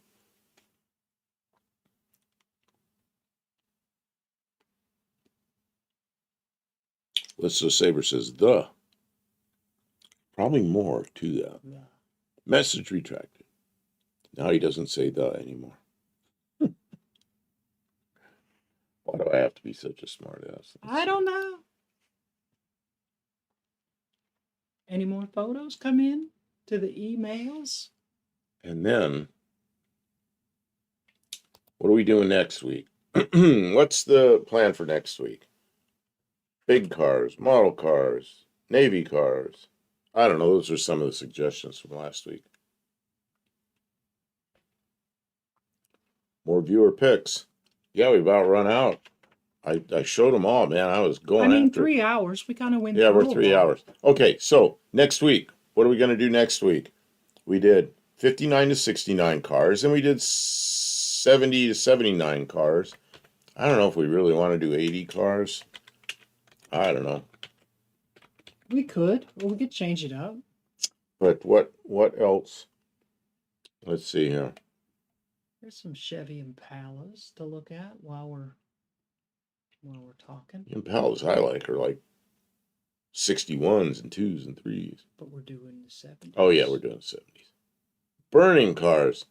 No, we're not doing that. Burning cars.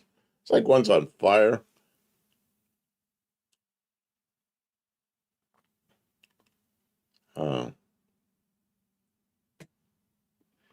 Louise, we're not doing movies. Well, he loves movies, doesn't he? Man. If I just sent you pictures, okay. Oh, they're talking about the Fairmont with the painted bumpers. Oh God, more. I just got 4 emails in that quick. Okay. I mean, we don't have to decide. We could make it a surprise. Yeah, well, yeah, but the idea is we're going to attract some people here and get some emails and things. Dean says Mike launched his Impala over a huge Dukes of Hazzard jump. Trashed his 65 Impala like Vlad the Impaler had an Impala.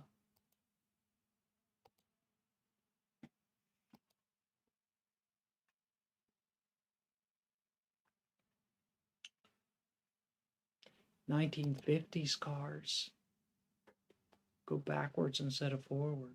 Oh, 50 to 60. I don't know. We did 50s cars. Some 50s years it didn't go real big. Okay, this is from Mexican Spec. Oh, nope, you still got that up. Ba-ba-dum. No electric cars, please, says Blue Red. Okay. Oh, look at that. They blacked out behind the part of the grill. Oh, that looks okay. For a box top Fairmont, that looks really good.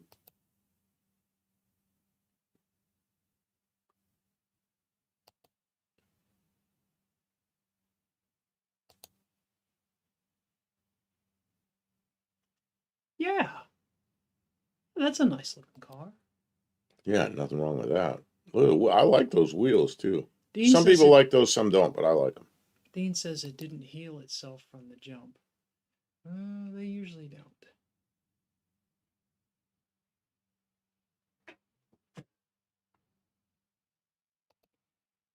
Special Agent James says chat is going too fast, but he sent some land barge pics earlier in the show. Okay. Mike N says it looks like a substitute teacher's car. I do not see. But is she a cute, I do not young see substitute teacher, or is she the old hag of a mean substitute Special teacher? Agent James, I see no email from you. Steve Edwards just sent something. Oh, it's another. That's the radio that he's selling. Ah, okay. This is the one that has his. Yeah, there's his seller ID. That's a nice looking radio.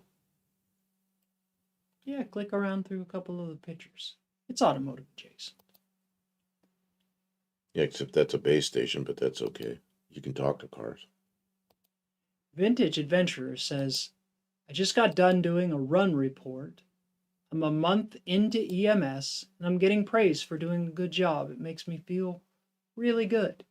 Hey, I am glad. You must like it because you're doing such a good job that they are taking notice. That's great. That's really great because it's not easy to find a job that you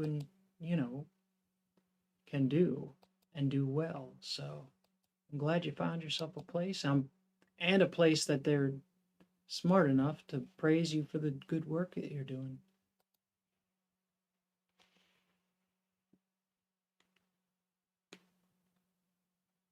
This is one guy got taken off to make a phone call.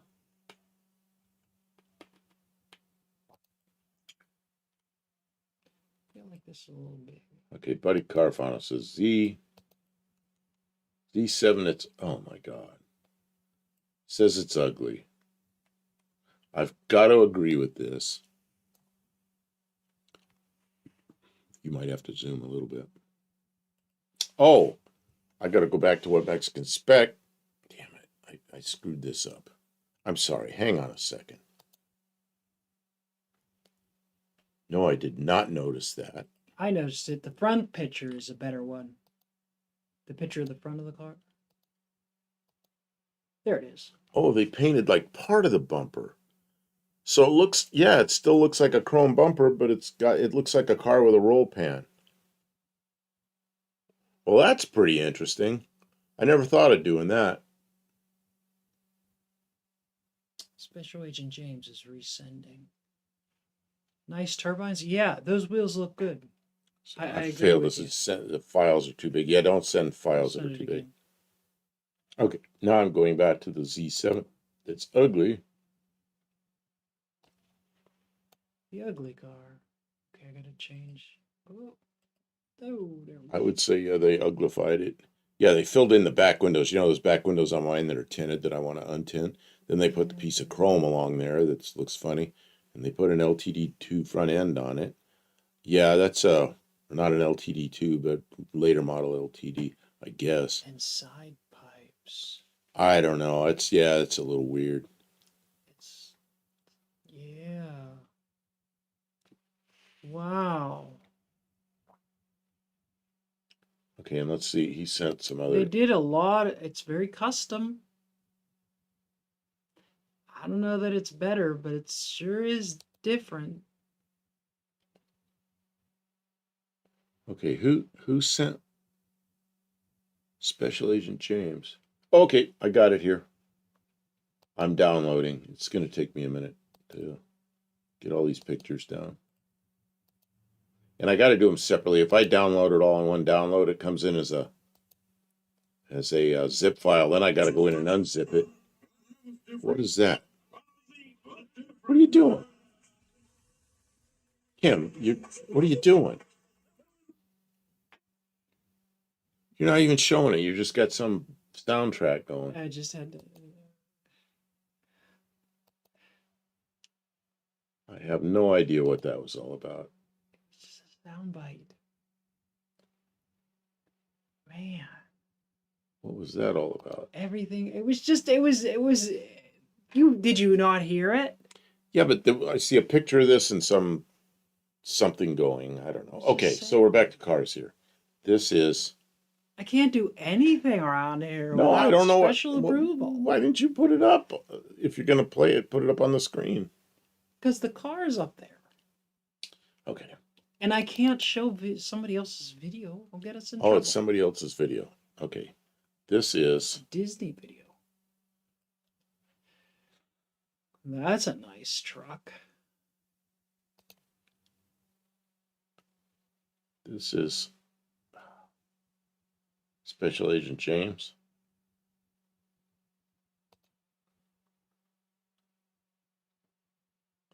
Okay, so there's more pictures here. I just haven't scrolled through them yet.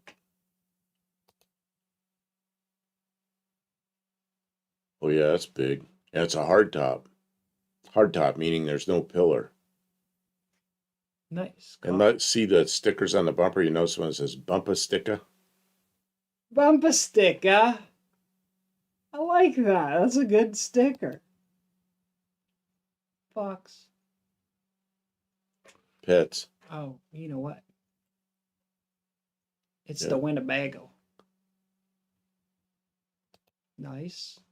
Oh, another boat. 70s. Yeah, that's that. Mobile. There's again with the Bumpa Sticka.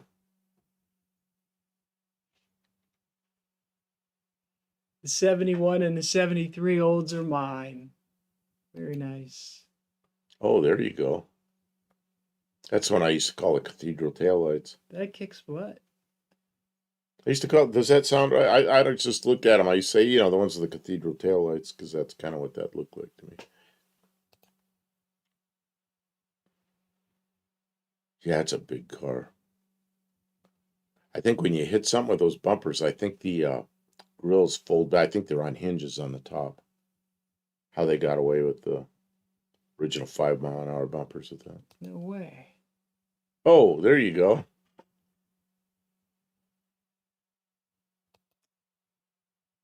Oh, man. You got the two of them lined up. Big old Mercury. Mercury's. I like the bumper. Buff, it's a cat. Better. It's a cat. I think it was a fox. I'm not sure. What was that thing? Oh, the Evil Dead car? This thing. Yeah, that's a fox. That's not a cat.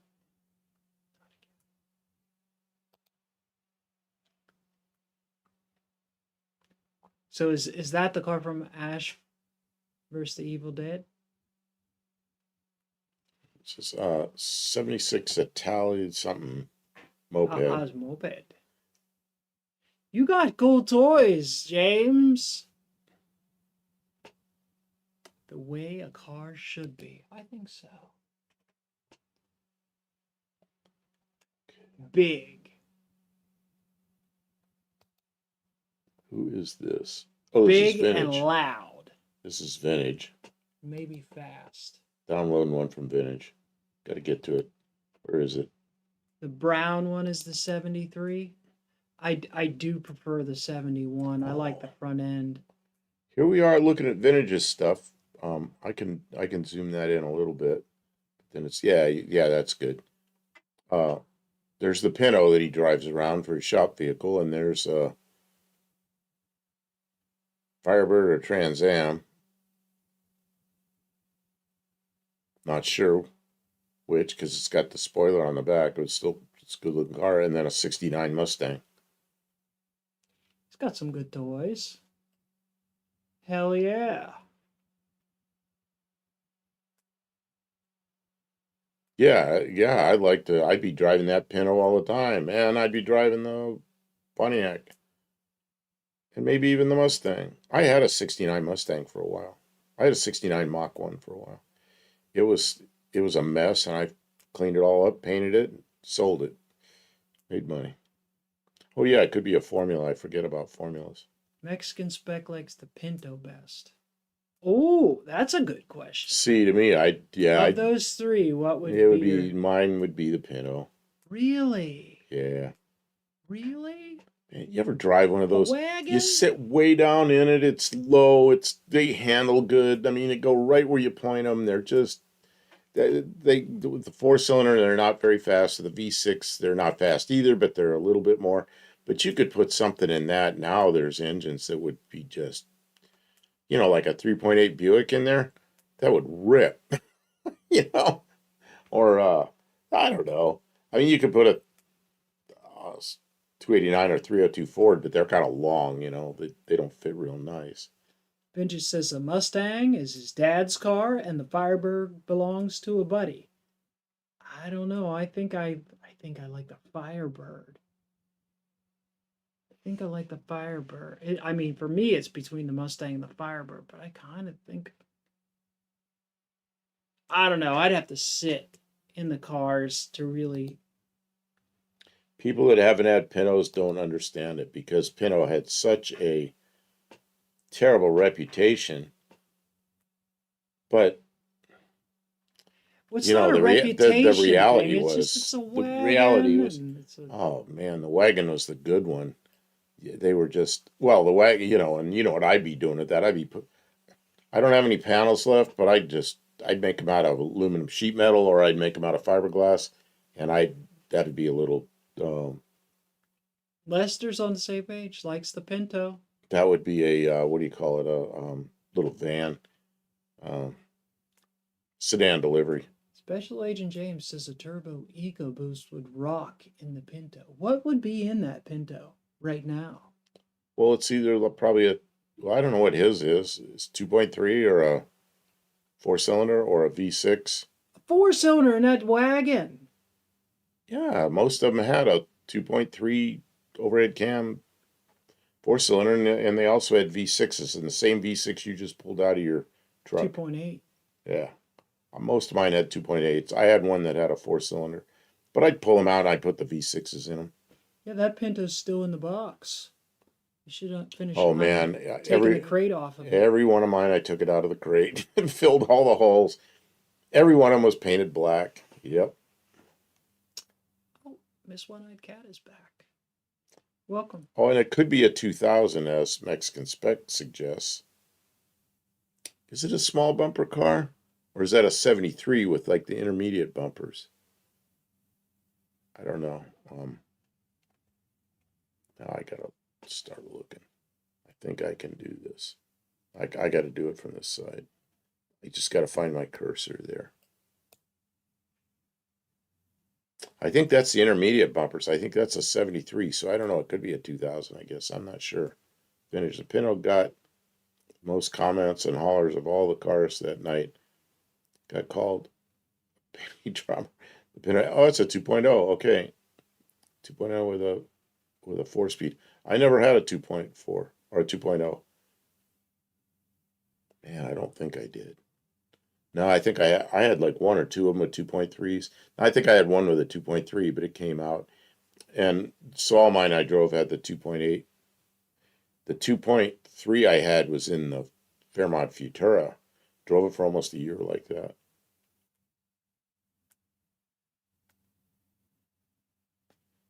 Finish says a 73 still has a small bumper. It just sticks out further. Yeah, it's a beefier bumper that's not real beefy, but yeah, it sticks out further. It was the beginning. It had to be 5 mile an hour in the front, 2.5 in the back. And 74, it had to be 5 mile an hour front, 5 mile an hour back, and had to be at a standard height. And they really got ugly bumpers after that, but you just put up with it, I guess. Lesso Saber, I had a 73 Pinto wagon when our plant closed and I had to move it. At a 2.0. Okay, so I guess they had the 2.0 all the way up through 73. I didn't know when that change was. I thought it was earlier than that, but I guess not. Okay, what are we doing next week? Anything?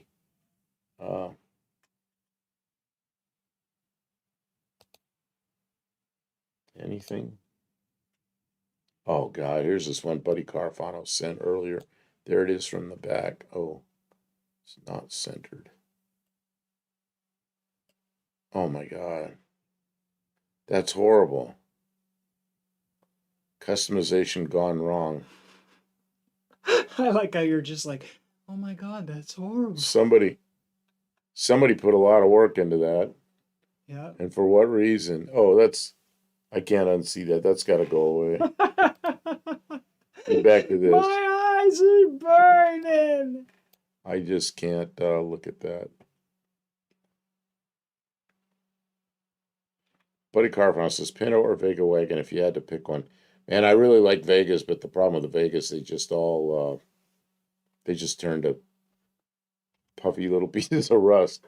Yeah, the Pinto, because I know the cars and I know what they're like. I had a Vega wagon.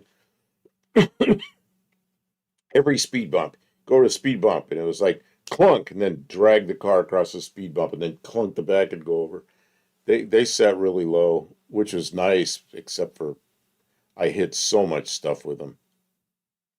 James, thanks for sending pictures. It was I was no big deal, It didn't bother us really. I guess just do what you got to do to make them send. But yeah, maybe engines next week. Maybe engines next week. Engines could be interesting. I okay. like engines. Okay, pictures of engines. I'll go along with that. Yeah. Let's do that next week. And of course, then we also send pictures like this, all our cars that we're driving and everything. Of course, your cars were all 70s anyway. Yeah, this is pretty good, except for the 69 Mustang. But that's close enough. Detail step-by-step how to put a V8 into a Pinto. It's from the early 700s. It's from probably early 70s.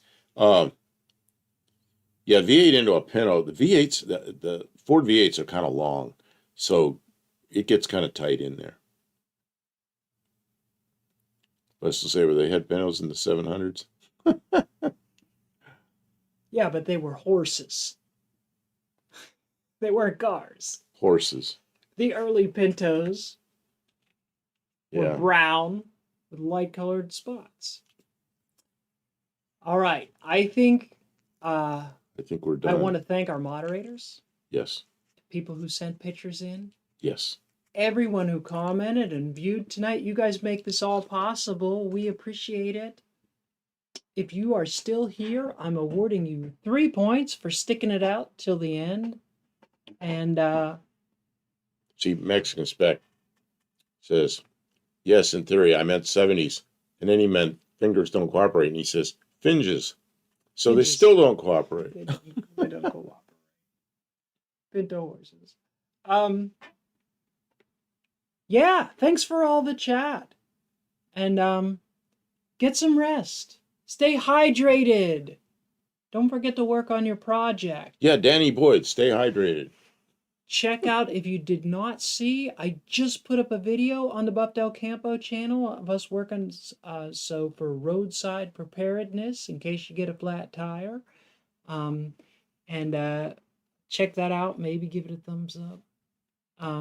If you have time, if you didn't already see it. Thanks everybody who's already watched it and commented. And then there's a video, if you didn't see on my channel, which is Kim Fixes Things, of me getting to finally take my car for a nice Sunday drive. Everything's kind of working finally. So maybe check that out as well if you haven't seen my channel. Buddy Carfano sent a Pinto he wants me to show before we leave. Tim is living under his truck for the summer. No, Tim, you're going to finish the truck and then you'll be able to drive it from on top in the cab like you're supposed to. I have faith in you, Tim. You can do it. Oh, that kicks butt. So that's for sale. Boy, that's a lot of rubber under that car. The back end of that car got a lot of tread. All right. And for next week, let's see some engine porn. I want to see some superchargers, cross rams, some Hemis, and some big blocks, and some small, I don't know. Send us some stuff. Let's talk about some motors. Cool stuff, some chrome stuff, some, I don't know, custom stuff. Some really, really dumb stuff. I'm about to say goodbye. All right. Thanks for being here. Say goodbye, everybody. Kim. Goodbye, Take care, everybody. We'll see you next time, guys. We'll be in the shop. Thursday and Saturday, usually, right?